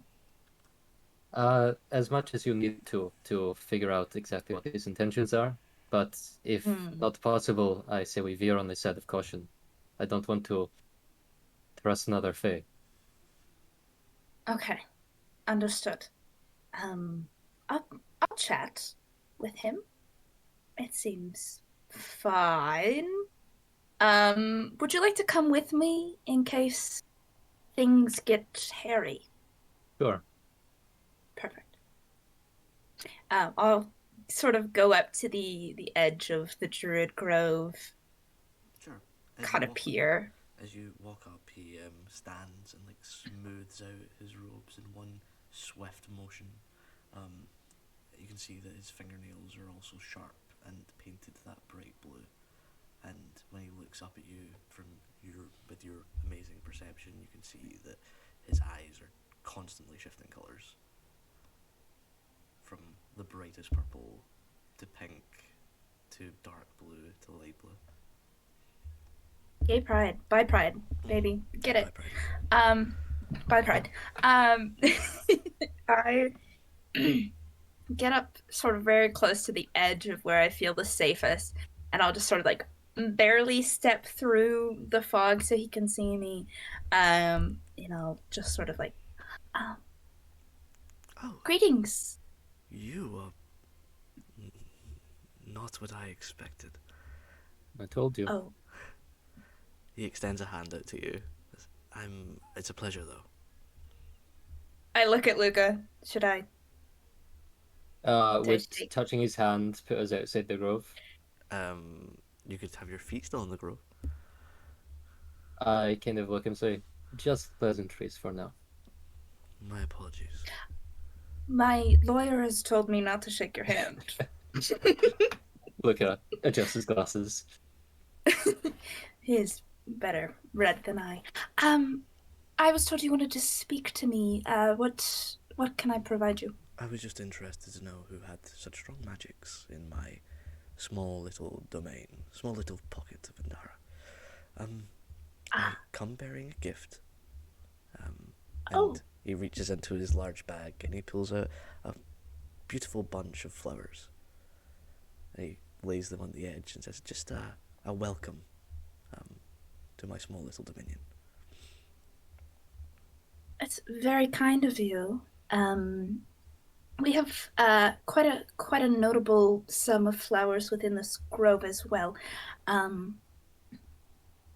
But the thought is lovely, and I appreciate it. We have had experiences with certain other members of the Fae that were not quite as kind or cordial. I do not tend so this to is affiliate myself with the community. Yes, I must know. Sorry, I prefer to be frank. Do you know who Juniper is? I know of them. Okay, and do you enjoy their presence, bask in the glory that is their leadership? No, he tried to collar me last time I saw him. Okay, good. So he did backstab us, sort of in a major way that did lead to sort of the injury and potential deaths of dozens of people. So Hundreds. Oh, hundreds. Thank you for the correction. We don't super... It seems we have a mutual enemy then. Well, that's grand. I'm glad... Yeah. I'm glad we ended up in your territory, rather than someone friendlier to him. You're right. You have absolutely... Luca is never going to trust Faye. There's no world in which she believes him. Yeah, he seems as if his features are constantly morphing, and sometimes he smirks at strange times. It doesn't seem like he's entirely comfortable in his skin. Neither am I, so I like this guy. I'm like, hell yeah, get into it. I must say your visage is quite aesthetically consistent. Beside from the ever changing ocular situation, which is I find quite fascinating. I can't seem to get the bones to settle. Bones are tricky, and they don't tell you that, but they're one of the trickiest parts. Yes, I thought that if I showed my true form, it would scare you away. We have a true form. Indeed. Not that that is important. I have supplies with me for breakfast, for medical supplies, and I can... And he kind of looks around, and you can see a couple of heads poking around trees. And I have some of my serfs waiting with wagons for your wounded. Oh, I would have to talk to our chief medical officer and assess our current medical needs, and then get back to you on how much assistance we'll need on that front. But I truly appreciate. Do you guys have like an overruler or a dictator or like a tyrannical supreme overlord or something that I can speak to? I just the chain of command. We don't getting... do that here. Oh. Sort of like the best leader at this point is either myself or my friend here. So. But you are not able to make overruling legislation. Oh, no, I don't make legislation at all. I just sort of talk to everyone, and everybody sort of has their own thing that they really do enjoy doing. And mine just happens to be making some super dope pads out of the nature around me. This is fascinating. What's it like being made of metal? Oh, that's a great question. It's I can't feel, and it's sort of like kind of I guess how you would describe cold. And it's nice because you know where like a flesh person would like stub their toe. I don't. It just sort of makes a very loud ringing noise if I were to hit it on something pretty hard. Yeah. And then I've got goo too, which is like a very fun sort of, and my goo sort of like and back. But mortals also have goo. Right, but their goo is usually relegated to the inside, otherwise there are consequences. Mine just sort of does what it wants. Like water. That's interesting you say that, but yeah, I would. With what? Was the mortal with you? The mortal that's on the beach. Oh, yes, that is my sister. I should probably get her then. Sorry, didn't realize she was part of this camp. Pardon. Have you? No, I was actually. Hold on 1 second. Can you just go get like your medical officer, and I'll meet you back here in a second. That sounds good. Okay. I go find Willa. He walks. Yeah. Willa. Luca's gonna grab Cassie as well if we're gonna have to talk to this guy. He walks straight into a silver tree and just disappears. Wild shit. Absolutely wild shit. Willa, so there's a strange sort of fae person who's claiming to be sort of dominion over winter, I believe. And they're offering medical supplies and help and wagons. I don't know if we need it, but if we do, it's available. Oh, also, they hate Juniper. Luca, meanwhile, when he goes and finds Cassie, says, "There's a fae outside. We might have to kill him." Too different. Did you shoot at them yet? No, we've been talking. Cassia, Asterisk, and I have been communicating with him, but he claims that he does not work with Juniper, but I don't want to trust anything he says. His face isn't his own. He does, however, know where Meridia is, so until she's returned to us, I think we should play nice. Meridia's missing. Why She's at didn't the beach. We Meridia? know where she is, but if he's hurt her, there will be consequences. Oh, absolutely. I kind of like him. So as you all walk back, you see him walk back out of the tree alone. Sorry, pardon. I thought you were fetching my sister. He whistles, and from behind one of the trees come these two bright blue kobolds, each holding a hand of Meridia's as they lead her out.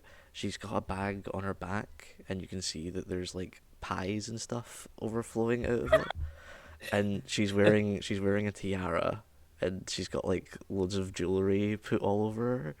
And she's wearing this like very very like silky blue dress, and she looks just like so confused.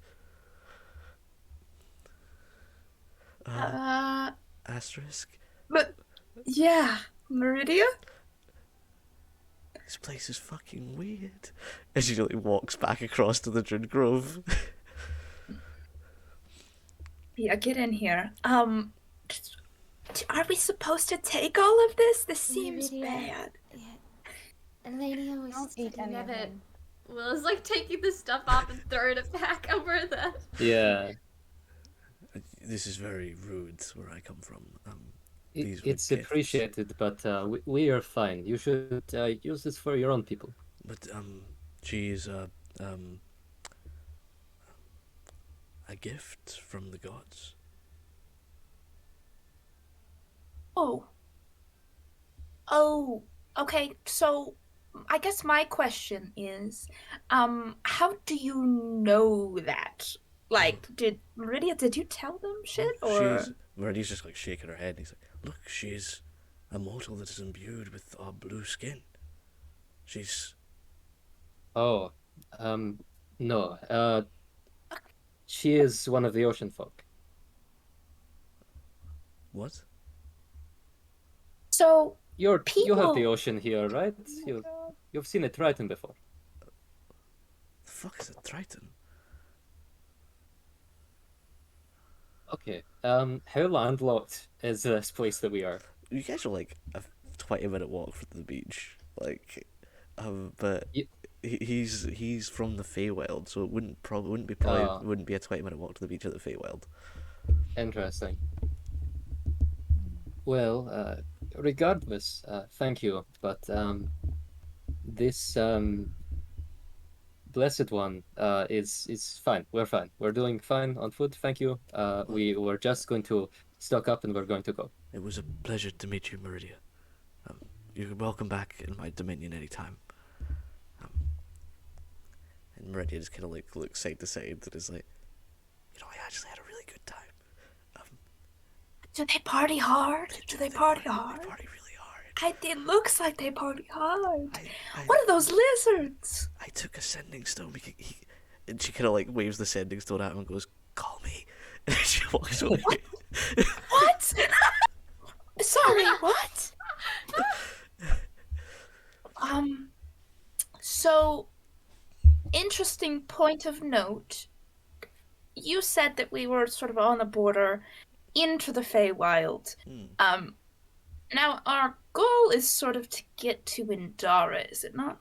No, you mean the city of Indara? Yes.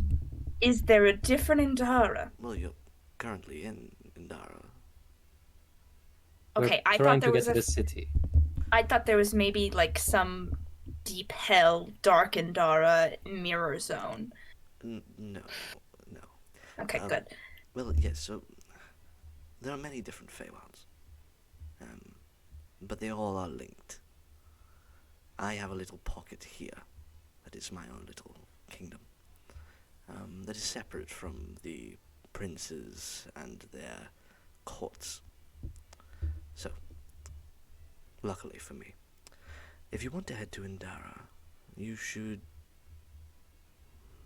follow the stars Or follow the notches of the rangers. You can find them on just about every fucking tree.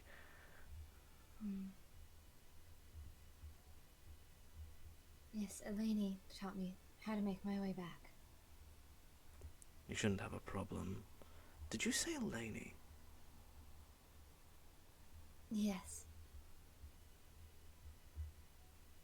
That name is familiar. She was an adventurer.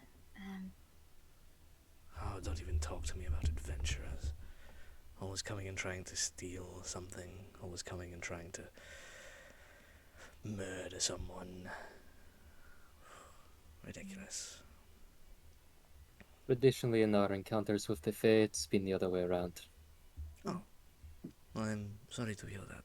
I have everything I could possibly need. I do not need to go murdering people. I think the one that did us wrong would said the same thing before it happened. Juniper has always been known to go back on deals and use loopholes and kill his sister. That wasn't a good thing to do. What? He's been known to do that, like he's done it multiple times. Well, I think he's planning on doing it, well, to his brother. But, yes, he was originally the Prince of Spring, and now he is the Prince of Summer and Spring, because he killed his sister. Does his brother know about these machinations? I think they're trying to raise an army. I have been contacted about fighting against Juniper myself.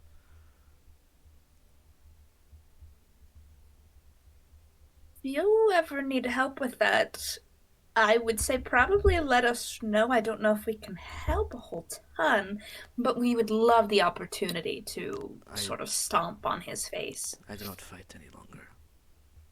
I've lived for a great long time, and I'm done with the battles and the lost friends and the lost children. I live a solemn, warm life in my little domain, with my loyal subjects that I treat very well, by the way. Days off, benefits, holidays, the whole shebang. And You have dental? no, dental is very hard to get. Do you know how difficult it is to train dentists in my dominion? The tooth fairies, bud. Come on.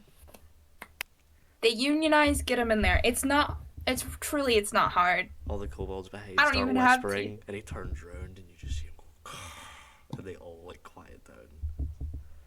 Please do not give ideas to the kobolds.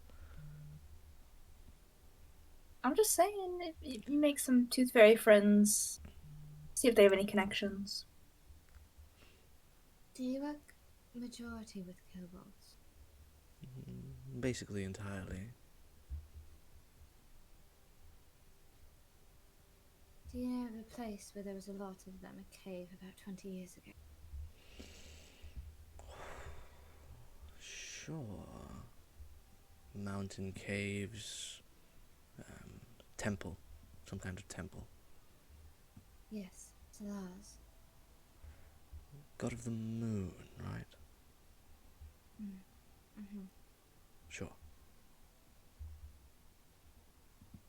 You don't worship Solar? Who do you worship? I'm a particular fan of the old gods. I'm not familiar. You've never heard of the Titans? Those that roamed Genathan before the gods did? Look at Meridia. Yeah, we know. Yep. Meridia's like, looks at you, like, with a look of, I've already had this talk with them, like, it's okay. Yes, we did. Yep. Well, back when I was a child, that was, those were all I knew, and never been one for adopting new subjects all that well.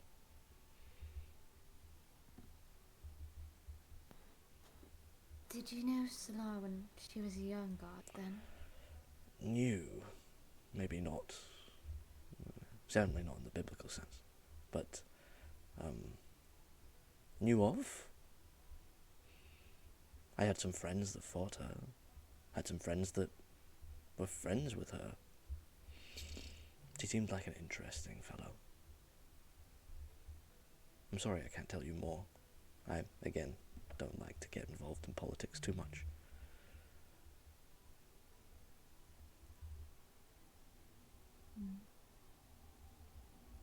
Anyway, You can prophecies. ask anything. The prophecies say that one day the Titans will rise again, and the dragons will regain their stone scales, and the cities of man will fall, and the world will be reshaped in the hands that originally created it. So, I think that sounds interesting, at least. Maybe without the reshaped part. I like my little dominion.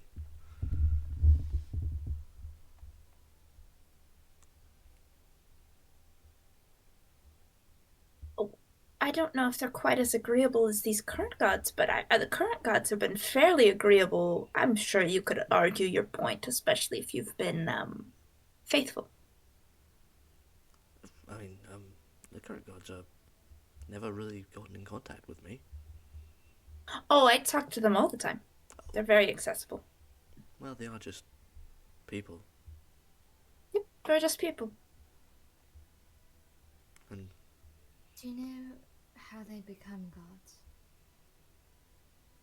there's a whole lot of power there. But it doesn't scare me. At the end, they're just slightly more than mortal.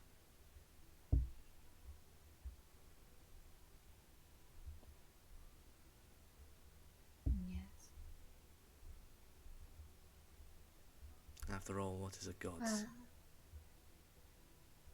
What's a god to a non-believer?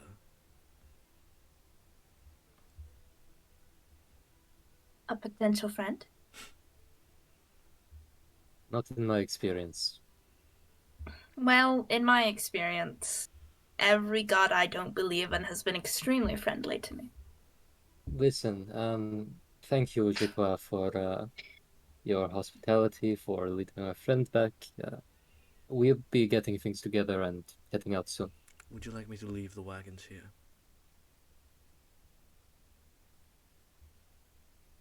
You must understand, any sort of gifts are going to be a hard sell. I'm not... How about I understand what you mean. Gifts from the fair usually come with downsides, tricks. I'm not like them. We just met you. We don't have any way to verify that. How about this? It's the issue is that it would be a gift, correct? If there's an equal trade, then we're fine. It's Right? true, yes. Is there anything that we can provide you? Oh, a group as fantastic as yourselves. I think I could only ask for one thing. So small, so tiny, insignificant, really. Could you deliver a letter for me? To who?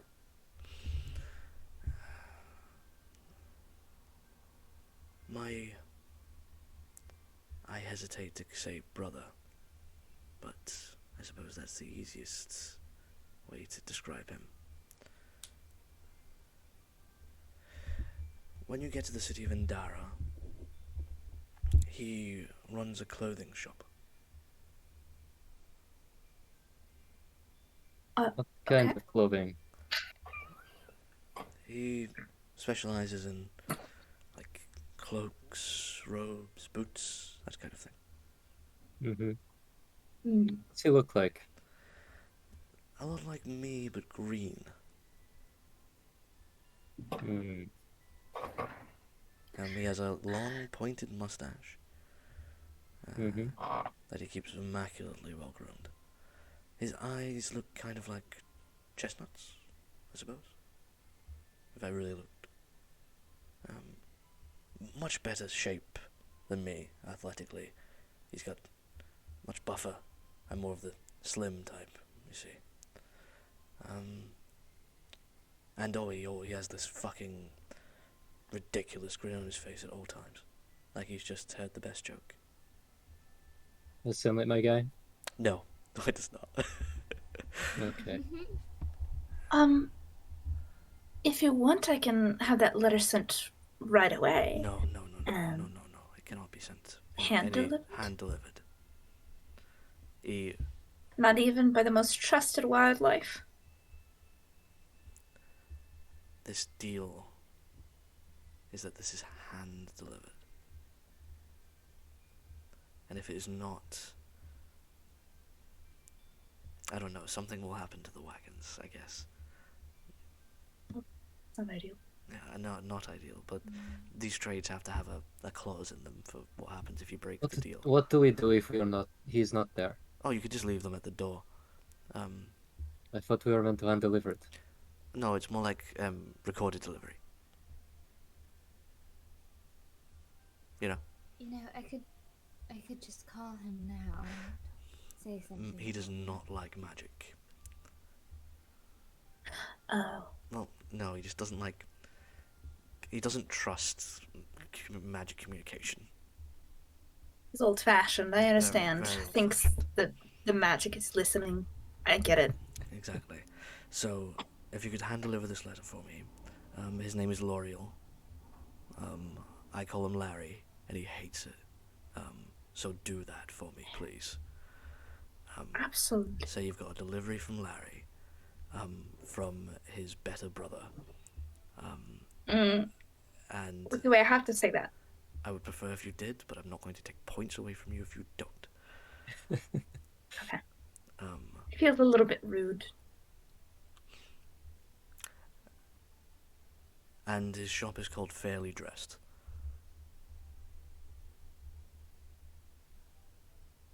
And in exchange, you will leave the wagons for our injured? Yes, 6 wagons, and this massive pile of gemstones. Ooh!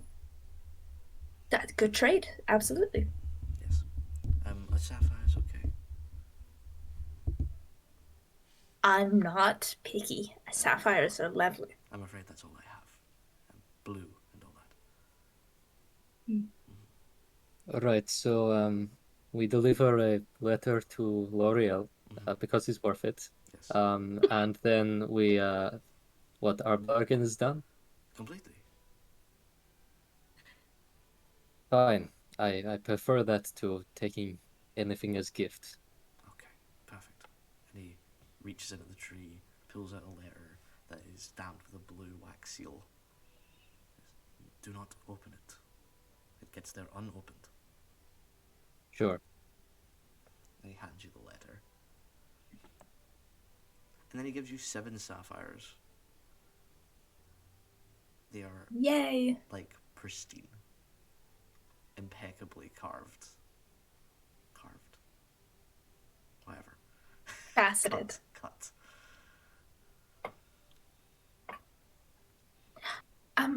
Well, that's a lovely trade, and if you should ever see us again, I suppose you could count us as friends, or at least allies.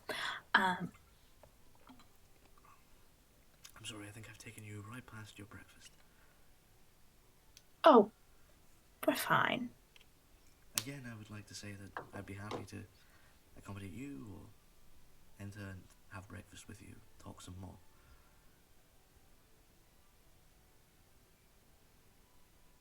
Why are you doing this?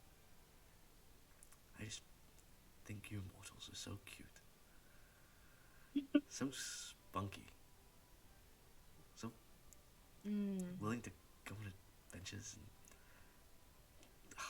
so full of desire to live. And it's always useful to have mortals on your side. That's what my mother always used to say. Always useful to have mortals on Oh, your this is a deal. We didn't agree to an alliance.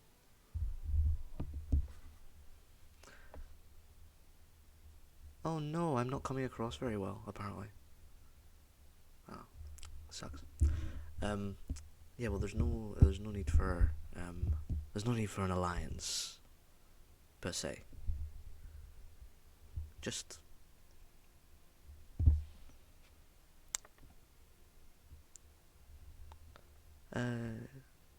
We'll take your letter, and in return we will use these wagons and take these sapphires. That is where all of our dealings are done. understood.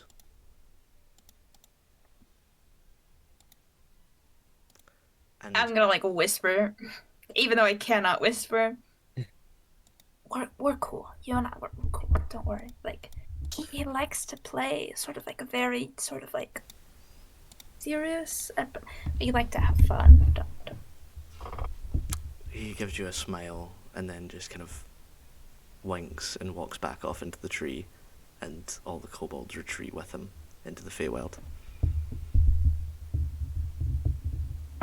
Well, he seemed nice. They always seem nice. Let's get people loaded up onto the wagons. We need to get out of here. Okay. The wagons are very pretty. They are made of this like blue trimmed silver wood. He sticks with the style, the blue style. No. I don't know. Yeah. And after breakfast, which I assume is grits and Turkish delight, which is a very strange breakfast, but what can you do? You guys are ready to leave. It takes a couple of hours to pack everybody up on the wagons, as everybody's injured. And what are you doing with the bodies? So, as we're eating, Luca takes stock and realizes that Favarzuli isn't there, and then after we've eaten, he goes over and finds him amongst the dead, I assume. Mm-hmm. How many dead do we have? I'd say from the ones that you managed to bring with you, around 7. Let's say exactly 7. I'll go to Koru. What would they want? To be buried here? I don't think we have much of a choice. We have transport, we could move them, but depends if we have a better place to take them. We're just heading further into Indara, aren't we? Yeah. And probably best that we just do it here, while we're safe. Alright, give me a moment. I head back over to the side of the grove. Rukboi? Rukboi? There's no response. Alright, Faye isn't here to say no, so.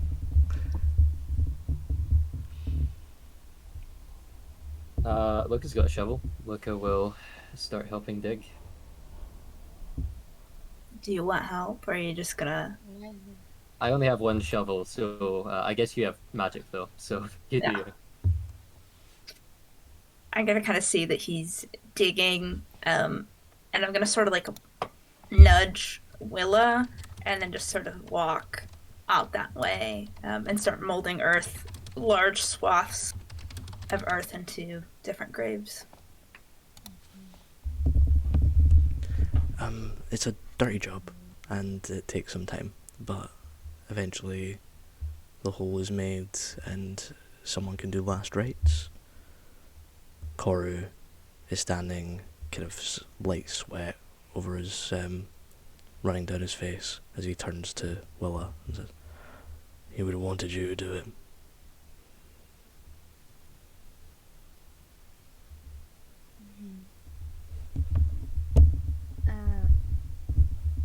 I really only know the Indaran practice, but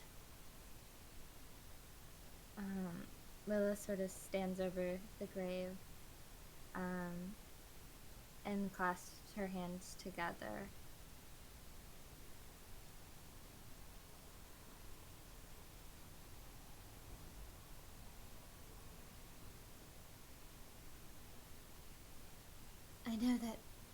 we've all lost a lot these past couple of days, whether it be our home, our buildings, our farms, or our loved ones.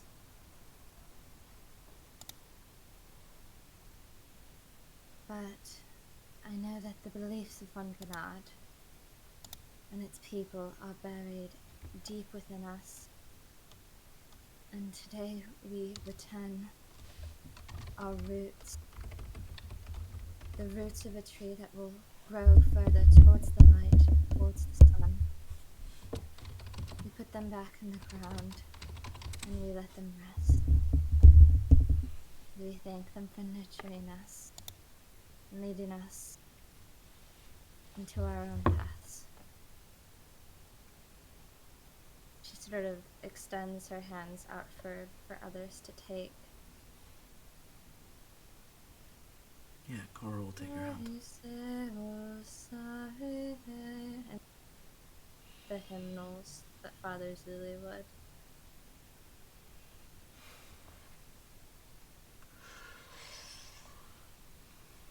Tell a chorus.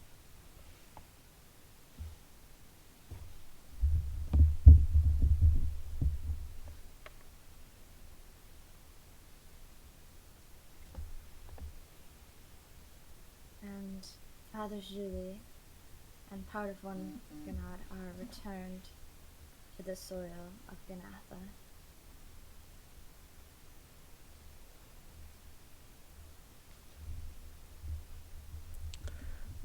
That was beautiful, Willow.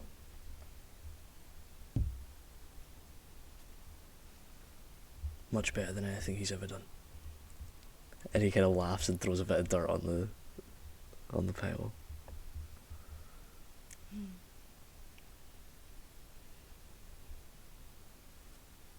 Yes, I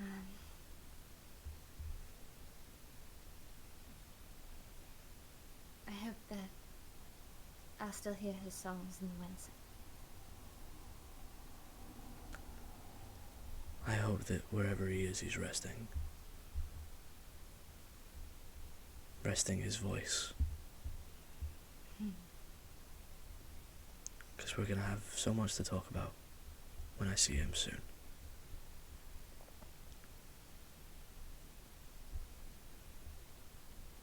I hope that he's with Eleni.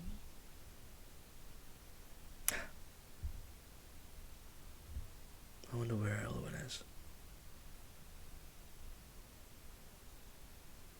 Milo sets a hand on his heart.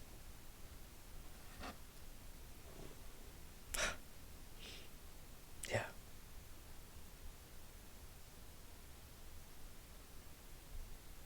Where the fuck's Cedric? Where is Cedric? Cedric is with Yeah, us. where is he? It's because you've all Keep it been. up, It's because too. you've all been looking at this height, and Cedric's just like, Cedric's just there, just a little bit lower, Cedric's crying. been trying to get our attention this whole time. He's Cedric's been like pulling out my cloak and I don't have feelings. I've just been like, oh.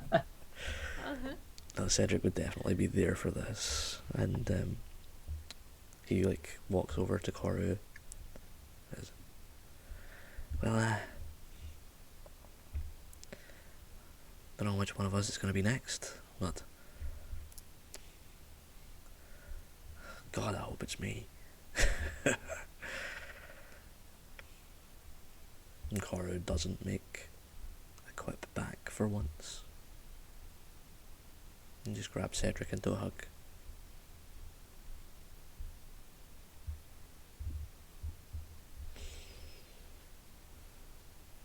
Milla's going to make her way over to another grave, Preds. And this time, a little more seamlessly, go through the Indara rituals that she grew up with. Of burial rites. Lighting a small amount of fairy fire around the grave. Roll a d100. Oh, okay. What do you mean, Vinny? You turn into a werewolf. You are now a lycanthrope. I'm level 12. Wait, are we level 12? Uh-huh. Oh, I haven't leveled up. Oh shit. You know, you did the wrong rites. And standing there up in front of the grave is Tyvain.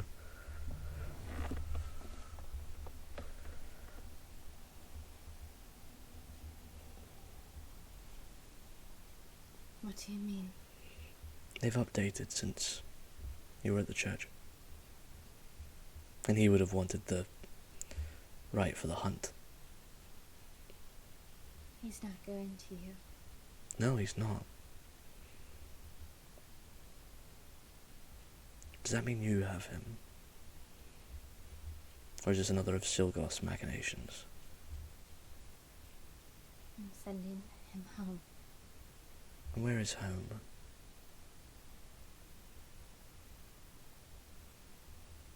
Home is wherever Eleni is right now. And where is Eleni? Watching over me. In the stars.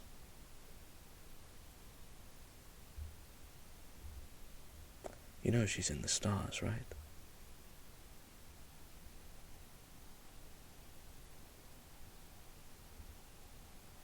She's in the stars, and why haven't you been listening to her? There are so many voices. Every single person who prays, who wishes on a star, I hear all of them at once.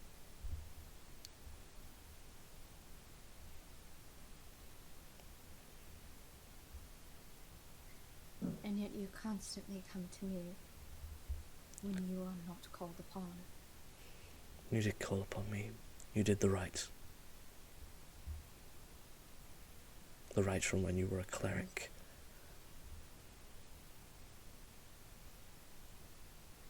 Those are not your rights anymore, Willa.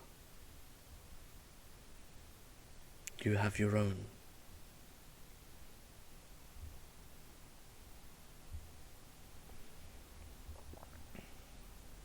These are still a part of me.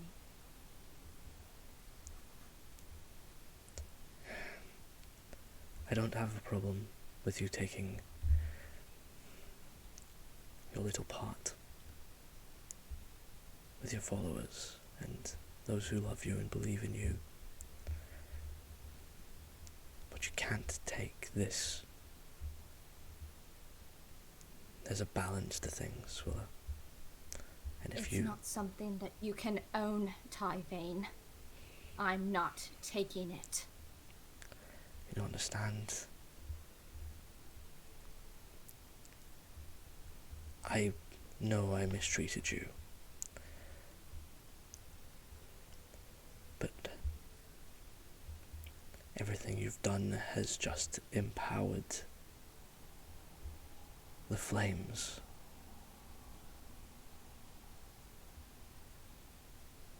Indara burns.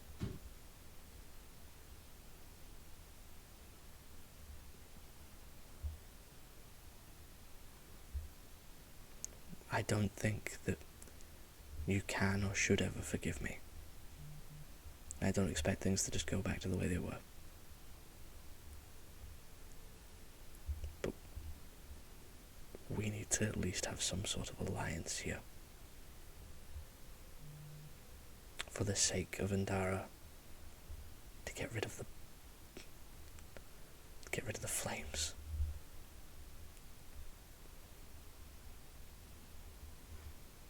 Why don't you ask the flames to marry you?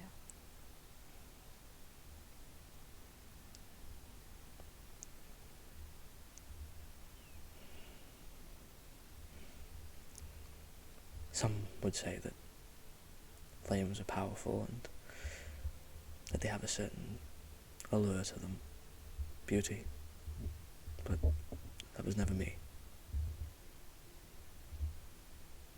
And the thing I find the most impressive of all is the power that you hold.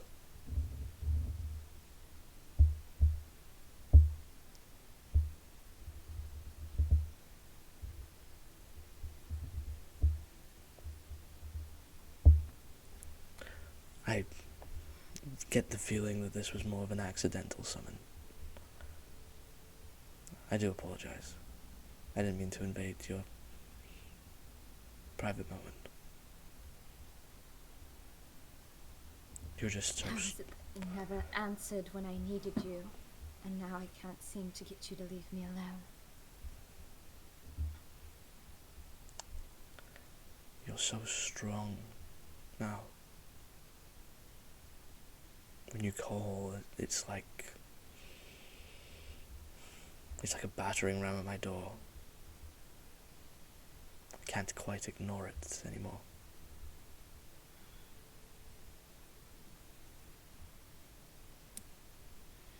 I'm sure your friend Astris has had the same experience with other gods. How often do gods just reply? They have answered her every time she is called. I know. Because she is so powerful.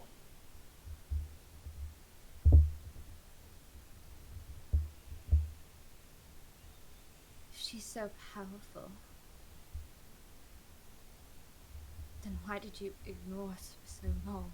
She belongs to the sea. It's not my case. Right. You only work with things that you can own. That I have dominion upon, not that I own. Well, we're walking circles here. I'm sorry, Willa. Just, consider it. There's a whole city to save. Is into...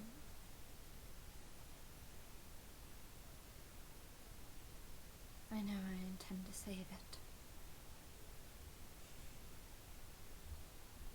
Reaches into her bag and pulls out a small object in which she very unceremoniously breaks it in two, holding a petrified moth in one hand and a ring in the other. You left this. It was a gift.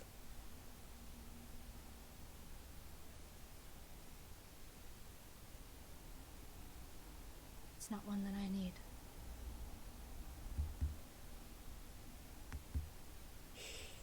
Make sure not to break it like you did the crown.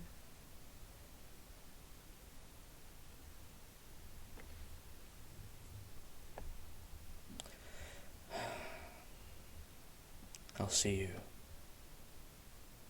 when Indara falls.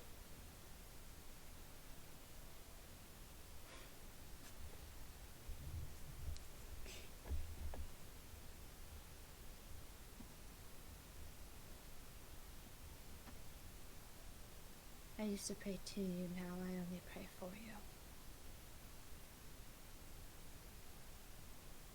I could use all the help.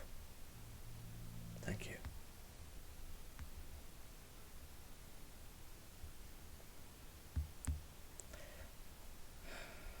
Goodbye, Willa. I think this will be the last time.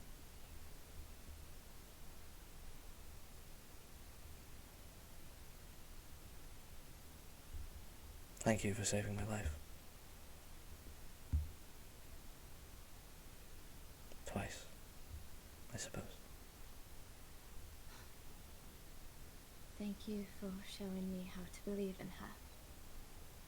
Whether you did it intentionally or not.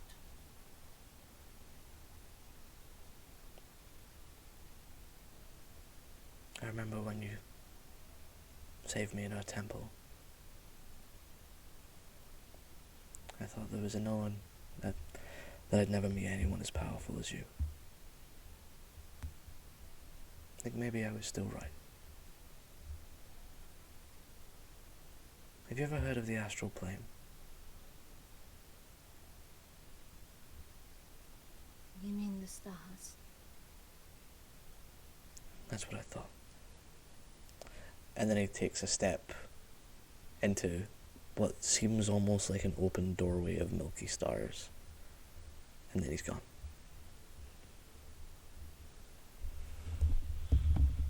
Can we see him?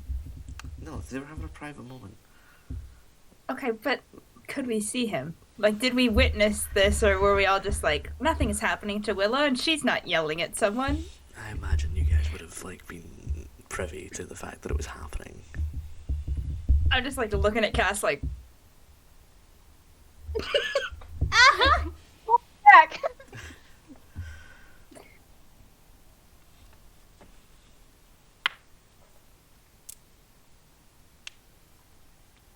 Milla finishes and sort of turns to the rest of you all standing there.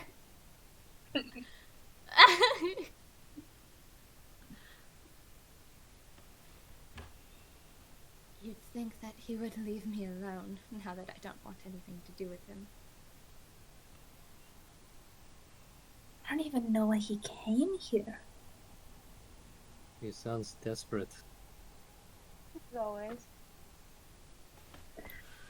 Well, he did lose most of his fighting force in Wunngrenad. So did we. He doesn't see us bitching. I think that we got off quite lucky, Cassia. There's no werewolves left, right?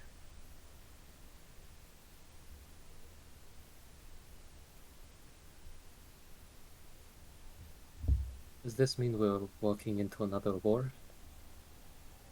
I think it means we're walking into another war with no combatants.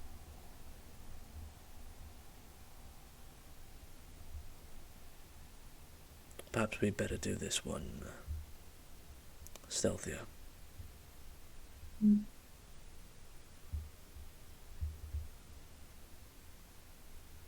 who is the stealthiest of all of us then?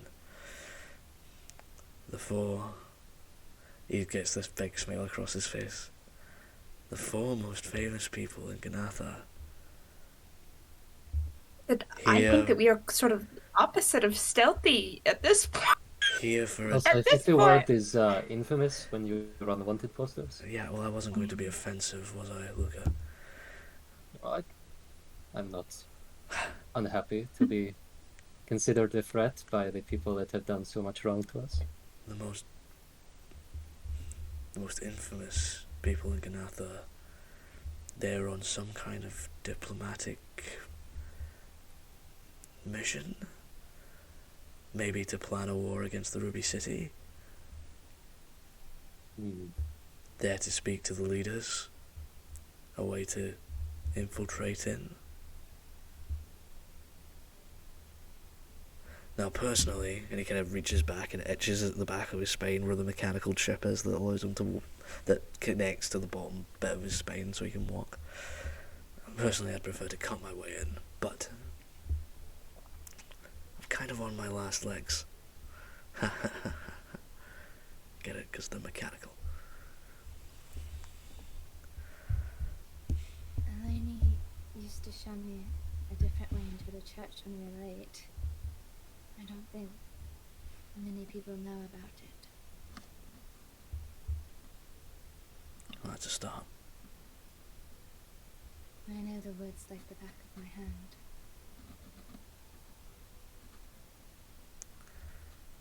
Well, perhaps the rest of us are refugees. They'll still be letting in refugees. Right?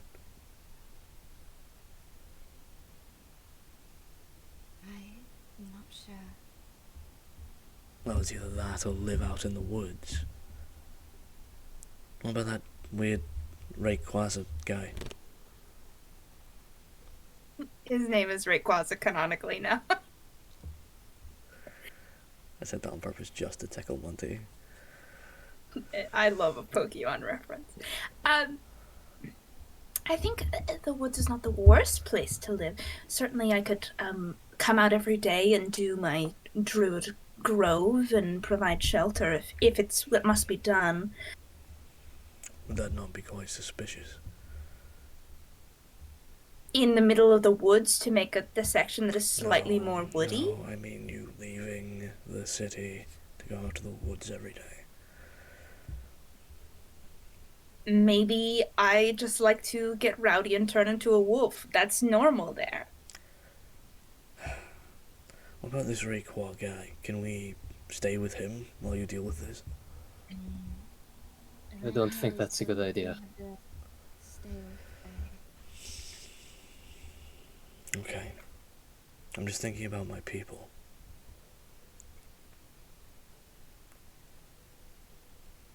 Look at you are our sword. And you won't be here. Have I canonically got the letter at this point? Yeah. Okay. Look, no, it says we need to find somewhere safe. I don't think that they are going to give it to us without conditions. We might not find it anywhere without conditions. But I'd prefer to know who we're dealing with. I don't think the entire city is going to be in league with the forces we are up against. We need to find somewhere there that is safe harbor. No, most people are just living their day to day.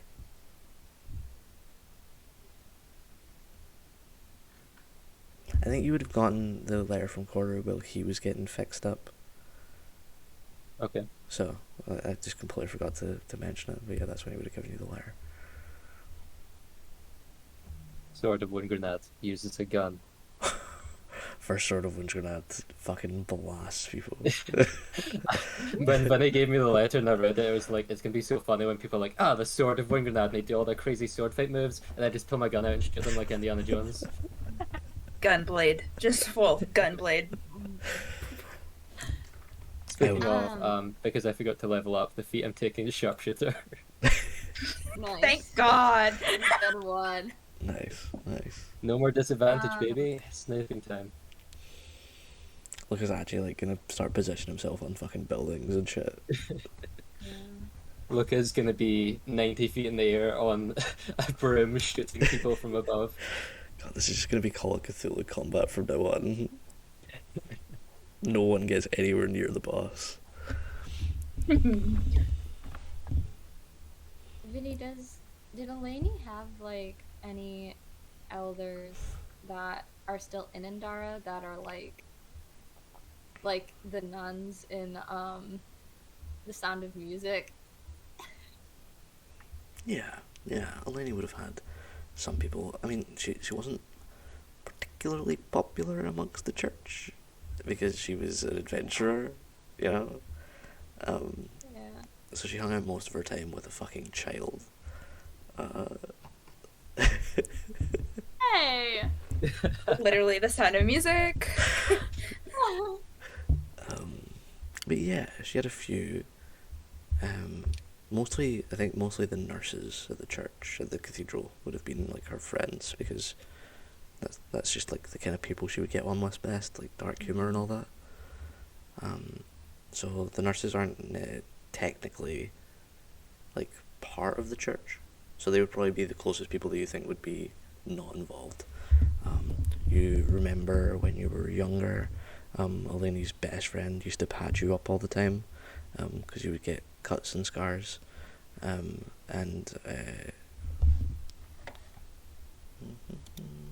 sorry. I'll repurpose this character to be a nurse now. Her name is Nurse Quella. Quella with a Q.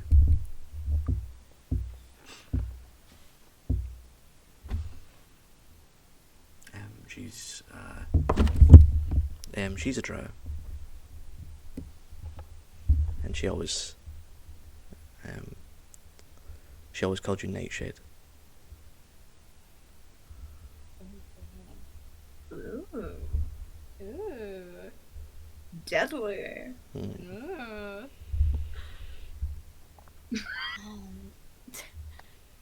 There was also in the medic quarters. There was a dog called Meatball. The dog might be dead now, but it was called Meatball. No. Meatball's the spiritual twin to Noodles, the Bones No Bones dog. Yeah. Meatball and Noodles, and they've got a sister named Sauce. Oh.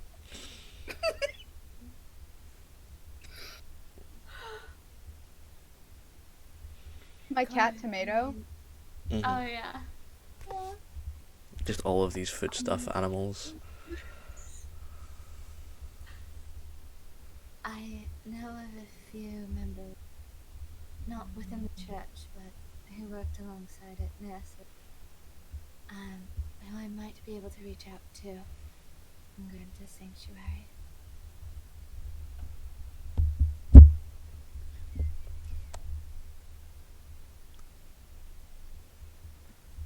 Asterisk.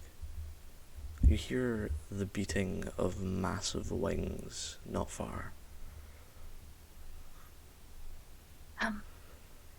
There's something large flying this way. Can I try and scope exactly what it is? Sure. You can like look up into the sky. I suppose everyone looks up to the sky when you say something's flying this way, and pretty low flying, just basically grazing the top of the trees, is probably the biggest dragon you've ever seen. Bright, bright blue, with kind of like lilac underbelly, and feathers all the way up its head, just like rippling in the breeze.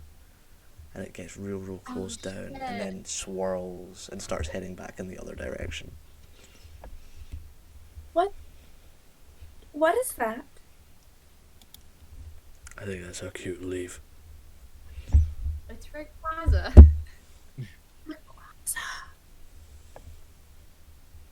It is. Look at Vinny's face. It totally Yeah. is. Yeah. Vinny would make it so not just metallic dragons can take a human form. I We respect have that. canonically before.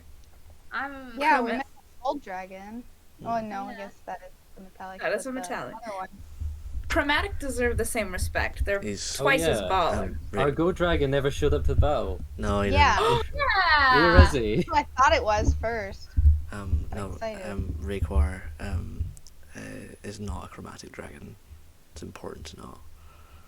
He's a gem dragon from the new book, which you can purchase right now, audience. We're Not sponsored today. Don't, by- no. Everyone shut up. No one fucking pimp out D&D merch on it. We do not stand. Or you If can you want us pirate it to on the say it. internet.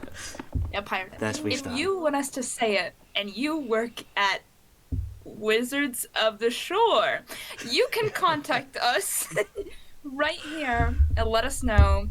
Pay us a couple thous. Set up. This isn't Wizards of the Coast, this is Sorcerers of the Beach. What are you guys talking about? Yes, Sorcerers of the Beach. But if any Um, Sorcerers of the Beach would like to sponsor us, we will advertise your shit. It's true. Yeah, I would. please reach out. There's nothing that would make me sell out. Wait. They're offering money? Oh yeah, okay. Yeah, money would make me sell out. That's fair. Also, fine for I'm it. immune to anything except temptation. Please accept me. Yeah, to reach out to us, and we'll maybe say that your new book is cool. Perhaps. Alright, are we rolling out Autobots? Yeah, let's get I the think fuck so. out of here. Wait, I thought we were Decepticons. Oh shit. Oh no. Okay. Can everybody roll 2d10s? Whoa. Okay. I suppose. I can't believe I tried to divine intervention like every single day of this campaign. And it only works now when I don't want to see this The man. cleric in my home game's been trying since he got the power of the level 13 now, and he's I never did rolled it. So I sad. did it like every single day once I got it because I was like, I want to talk to my god. They're ignoring me. They're spells to talk. You wanted them to do you a favor. Okay. So, as you were heading down the not trail as such, more like it's not like a road, it's a hunting path, and it's been desire pathed by hundreds of years of rangers taking this exact route to best hunt elk.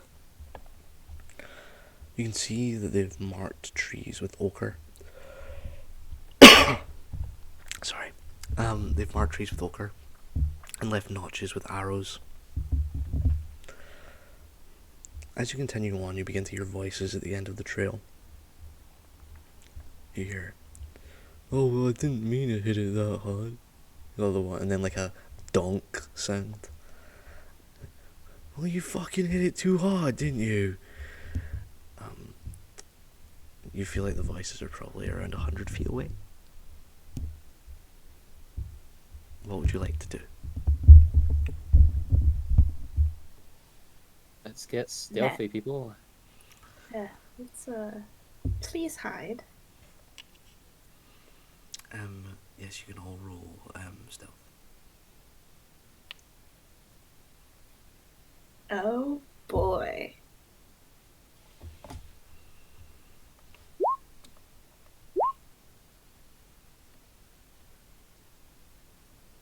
You can do it, Roll20. I believe in you. Oh yeah, how's the app going? It's so slow. I mean, it's great if you sponsor me. I can't believe that for me being like ethically against Roll20 because I don't like them as a company, I've been subscribed to Roll20 for like 2 years. I wish I could live that life. Once Breakfast Brawlers ends, I'm done with Roll20. Oh yeah, me too. I'll go into Owlbear thing. Owlbear Tavern, what's it called? Owlbear Rodeo? No, you guys, I just figured out how to use. Yeah, please. Oh. Don't change it now. I don't have time. There we go. With a combined score against their perceptions is obviously enough to pass. So you crawl around the kind of corner and like Scooby-Doo, you all like peer ding, ding, ding, up the side, and you can see what appears to be two very large war-painted ogres with big clubs in hand. And between them is a human who has a particularly large welt on their head, like a big welt, and is lying on the ground, kind of squirming. And the two ogres are arguing about how they hit the guy too hard. I'm going to. I don't have prestidigitation. Wait, I have thaumaturgy. If you wanna suggest something.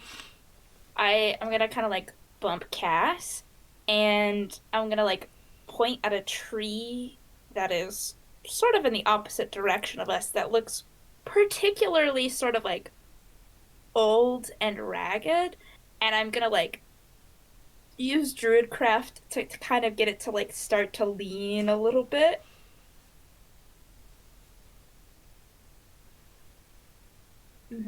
And then I'm gonna like full wall of wind, I believe it is. I have a wind one, and just push it over. Okay. And I want to make it loud. Sure, with like a big crunch and a crack, this old, starting to grey silver tree of Indara falls to the ground, and like 3 squirrels all like dart out of it and in opposite directions, and the ogres who are in the middle of being like, "I just meant to scare him, I didn't mean to," and then, and they both like jump and turn away from you in the opposite direction, and like they both throw their clubs in the air. Go get him. I like try and rush in and grab this guy. The guy, yeah. Sure, so you guys are running in, and they're looking at the tree, and they're like, "Was that us? Was that the wind?"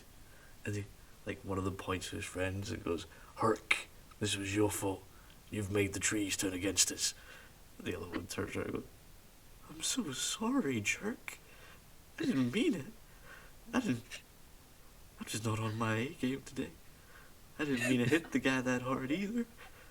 I was just trying." Oh, jeez. Oh, geez, Herc, I'm real sorry.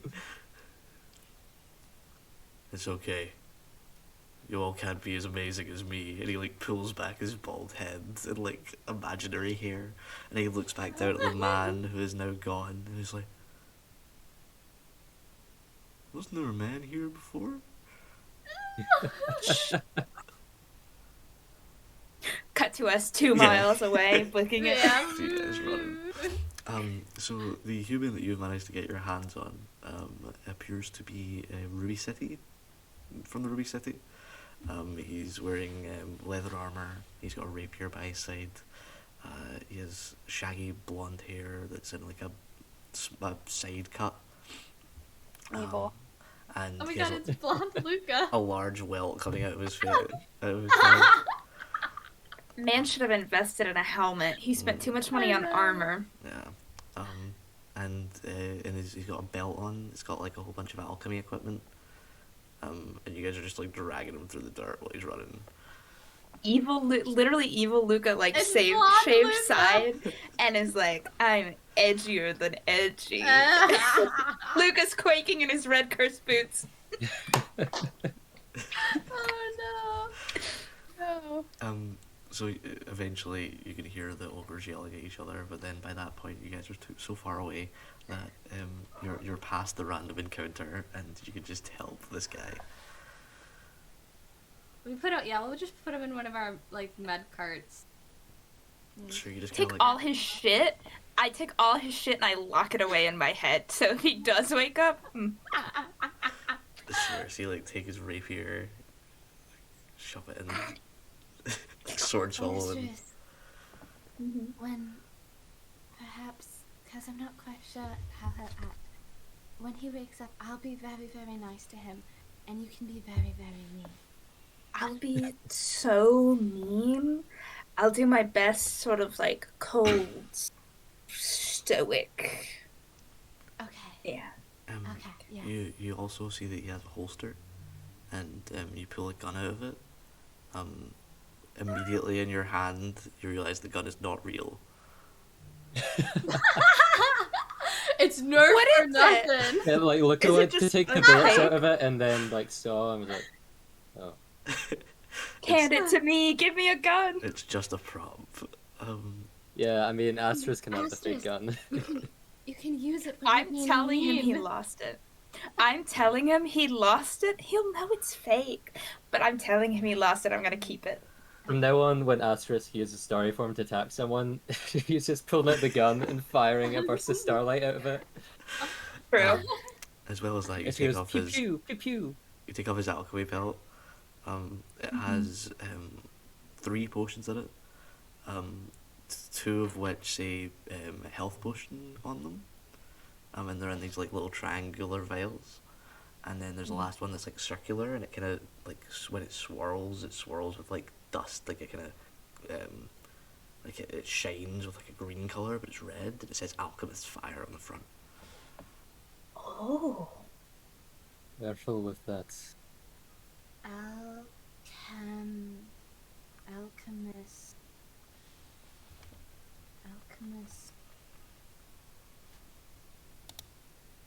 Liar.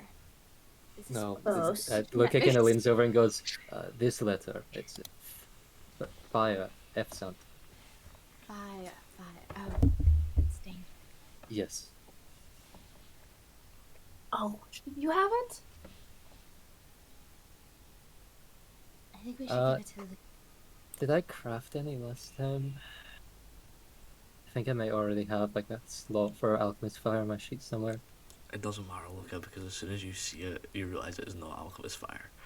Yeah, I kind of look at it. I think Luca would have tested them anyway to check them, but are the healing potions healing potions? So you uncork one of the healing potions and take a deep whiff. It's grape juice. Probably like diluted grape juice. Tasty. This man's just a fake all around. Then Mm-hmm. I kind of look at him. Is his haircut meant to be reminiscent of mine? No. However, the Okay. armor looks very reminiscent of yours. I see.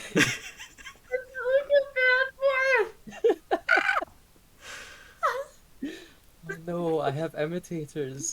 This is horrible. It's like when Batman meets all the kids that want to be him. No, it's like the Avatar: The Last Airbender play. They're gonna have versions of all of us, and someone's gonna have a scar on the wrong side. Yeah. Luca, what if you hide and we pretend like we think this is the real Luca to trick him? That'd be That's so very good. funny. I mean, if he recognizes you guys, like, is he really gonna believe that you think he's me? Maybe he just thinks his disguise is really good. Maybe it's like a daydream to him. Like we're like, Luca, you're finally up, and he's like, Oh no. mm-hmm. Oh, I can't wait till, like, he's like, fuck you, what's the difference between you and me? And I'm like, my potions aren't made of grape juice. And I get in the Batmobile, and I drive away. Oh my god. Oh god. On the Okay, plus side, the alchemist fire does appear to be absinthe mixed with dragon fire, so at least it's got a kick. Wow. Wait, would it still have a chance of killing you? Yeah. But, Drink like, it though. from alcohol poisoning, so Luca kind of like looks at this guy for a second, looks at him, goes, okay, I'll go hide. Luca goes and like positions himself out of the way while they're like trying to heal him up. Yeah, Willow's like oh, I'll pop like a cure wounds on his head. sure that's what, like 1d4 or something. Who wins the one? I'll do it at 1d8. second level. Probably all of his HP You feel ever. like you're going to. That's all of his HP. There you go. Yeah, that's a lot of overhealing. Yeah. The That's fine. bump on his head like slowly like retracts and he opens his eyes.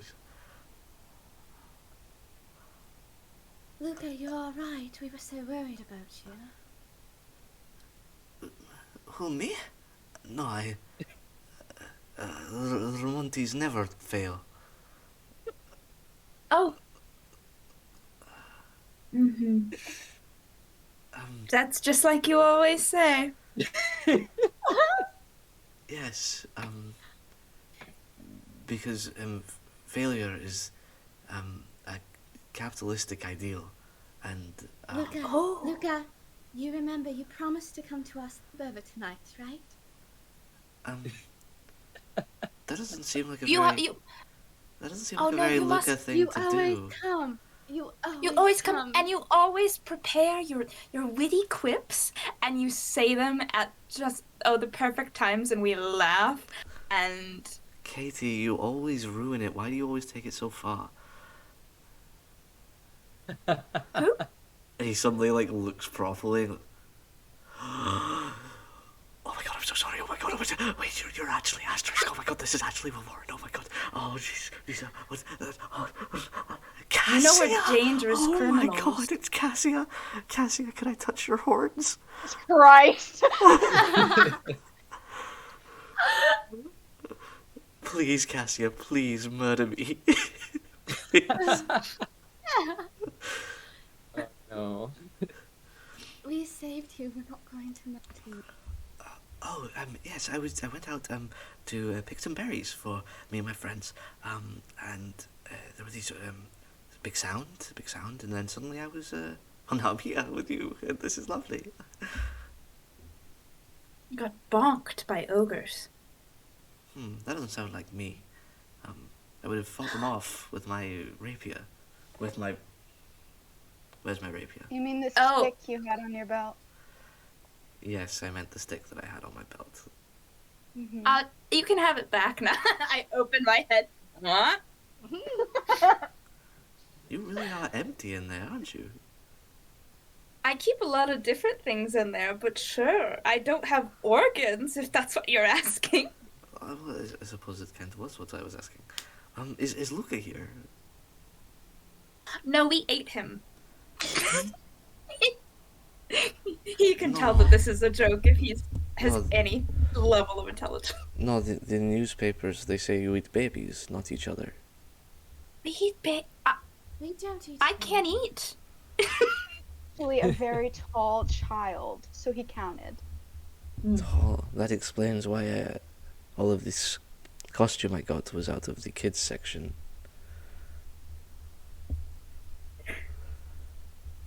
What was If your... you did, if What you was did your... happen to meet the real Luca, would you keel over and die? I think, as a nerdy boy from the Ruby City, who, never really had anyone be proud of him, and spent most of my time in the library, and Luca has been such an inspiration for me and for people like me. So yes, I think I would die. Okay. Literally. Do we have diamonds on hand for Revivify? Mhm. Would you like to You... meet him? Do you have a mirror? Can I look at myself in the mirror first? Do you want all your stuff back? Do you want Yes. us to dress you like Yes, please. and Do you want dress me to him? do your hair like his? Yes, please. This is way cool. This sort of side thing, way cooler than what he has. I gotta be real. Well, he has been out in the wilderness for quite some time. I can't imagine there are many barbers. I've got Asterisk. like knives. Yeah. Yeah. I know that usually Asterisk just cuts my dead ends off in the middle of the night. Midnight Barber, they call me.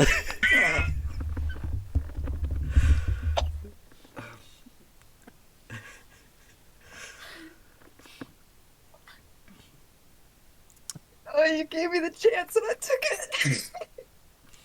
Anytime. Well, pretty quickly, he gets redressed. And he's like smoothing out his eyebrows. He's like, okay, I'm ready. Okay. Luca. So Luca, it's been listening to this whole thing, and it's just like has this expression on his face, like I don't even know how to describe the annoyance in this turn of events. But he kind of like sighs as from where he's heading and walks around the tree and walks toward them. Oh my god, it's Mr. Ramonti. Oh, oh, you're taller in the stories. Look, who are you? I'm very sorry. I should have led with that. My name's Gabriel. And I, well, I just want to be just like you. Yeah, I noticed. Yeah. Where are your friends? They might be in danger. We were heading to the city of Indara to help with the rebellion. Alright, but you have a camp nearby? Camp? You've been traveling, you must have set up somewhere, right?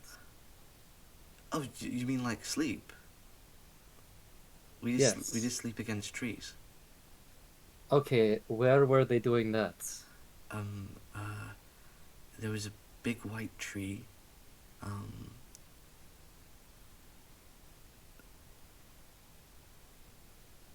Can I do Description any sort of check?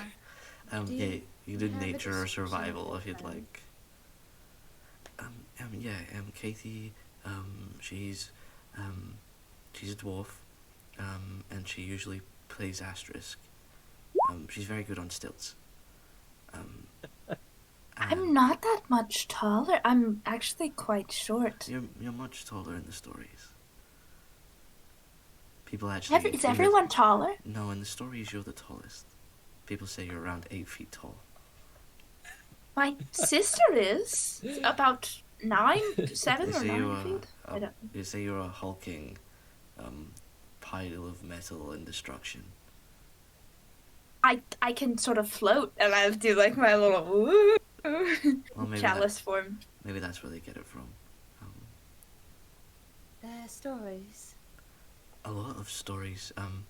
Well, there's the stories, and then there's the newspapers. The newspapers don't like you at all. But the stories are fun. There's I even like the ones where you are the bumbling villains and the Ermines are the heroes, because somehow, even then, they manage to make themselves look bad. How old are you? I turn 17 tomorrow, sir. Fuck. Oh. I knew he was a baby. Okay, Baby. I actually I'd just been enrolled in alchemy school, and I felt like I'd spent too much of my time in books, so I thought some of the real world, some of that classic Luca Ramonti adventure would put me on the right path. Gabriel, do you have any idea how much time I spent training before I left home? The stories say at least a couple of months. Spent the best part of a year working on this, and I was still very much not prepared when I came out. I did archery as a child. That's good. You could use that instead of a stick. It's not even sharpened. we know. Do you Yeah. have, are the other 2 slots filled? Like, do you have 2 more friends in the woods? Are you going to find it offensive that one of my friends paints their face? Oh boy. Okay. Look, we can talk about this when we find them. We need to check that they are I'm more okay. concerned over their lives being at stake, as you are all probably children, less over the parameters of how far you are all willing to go to look like a bunch of outlaws. Can you please explain to me if you have 2 more friends in the woods? Yeah, And what are their names? there's Joey. Joey's 22. She plays Cassia. She I've never seen her out the makeup actually, but she's around 6 foot tall. She wears like a black leather armor, and she's got 2 horns, just like you. Do you have a And it's Will Warren? Yeah. My friend Greg plays Will Warren. Yes. He's around 5'6". He's a half elf. He wears a very pretty dress, and at the moment it is one that his mother sewed for him. That is got stars and moons all over it, and he wears a little tiara. Although I see that you're not currently wearing a tiara, well, I bet you do in the stories. Well, I did. I sort of returned it to Tyvane. I am no longer one of his clerics. That's a very interesting development, but who is Tyvane? Oh, we should walk and talk. I think I remember your tree. Okay. And it's just because Greg's a follower of Salah, so he felt the closest to Willa, so he wanted to. He feels like that's where he feels more comfortable, I suppose. I would love to talk to Greg. He Good. sounds lovely. Good. He's not a Gregory, right? Just a Greg? Maybe. Gregories are very vicious. Gregories have one eye and then a lot of little eyes. Oh, no, he's not. He's okay. not Gregory. Haven't you heard of the Gregories? They're the ones that we find in the We forest. defeated several Gregories. In a vault? I've not heard of this one. I've not heard this story. Oh, you're gonna love this. We should wait till your friends are there. And this is where we're gonna end the session. I forgot I Luke is the love tallest that. party member. Oh, Yeah. We God. got They're the same height, cosplayers. goddammit. We're not the same height. I'm an inch taller. No, Aster unless and you Willow did that are the after. same height. It says Yeah. this right here. The Nightbot does not lie. It's true. The Nightbot was the God. early days. But we are all Lucas short had a kings. growth spurt since then. Wow. Wow, cosplayers. Yeah. Right. The short king. I'm Happy obsessed with Halloween. I They're out realized, trick or treating and stuff. yeah, I realized pretty quickly that you guys were like famous now, like famous now. So this was bound to happen. Oh boy. I wish I could see one of the shows where we're the bad guys. Oh yeah. If you guys ever make it to the Ruby City, you can Yeah, actually when we have, finally go to the Ruby City, it will just be our Fire Nation art. yeah, 100%. It's gonna be so Get cool. the one like episode where we go see a show, Yeah. finale immediately after. Please. I will Someone's actually. gonna yell at one of us like, "You so close," but I'll actually. Wait, I'll can actually we- give you guys the can you- characters. Well, so can you give us the characters, but you have to give like Monty the person playing Luca and Emma the person playing Yeah. Willa. I'm like, Oh my god, Give I'll me dress Greg. in my Luca cosplay. yeah. Um, oh my goodness. other little bits of I'll do my housekeeping. best. We're going to be getting in touch soon with you guys, me and Hillary, about Secret Santa. We're doing group Secret Santa, which is going to be super exciting. Elle's going to be joining us as well, and me and Elle are going to be doing cross group, well, both groups as well, so that there's a bit of connection between the two groups. So And then it's even. yeah, too. and it's even as well, so it'll work out a lot better. YouTube videos are going to start going back up soon. I'm just going to spend all weekend just blasting all them up, but we haven't lost any episodes, so that's good, even though I had a bit of time off. And we're back to normal next week for us. It doesn't actually matter for you guys, but we're back to normal as part time, because your clocks go back next week, I think. All of you? On Saturday. Okay, perfect. Well, I hope you all enjoyed the sadness of the session and then the, later memes. Elle, you can join us permanently on the condition that you play as one of these fans. Oh my god, please. Oh my Please. god. Please. Please. They're not even One level of them- 1. They're just commoners.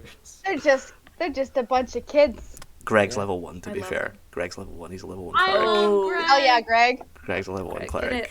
Come on. I mean, Can the I old... steal Greg? Can Greg be a cleric of Willa now? Yeah, I mean, that's why I put him there. I thought that'd be funny. Welcome to my church.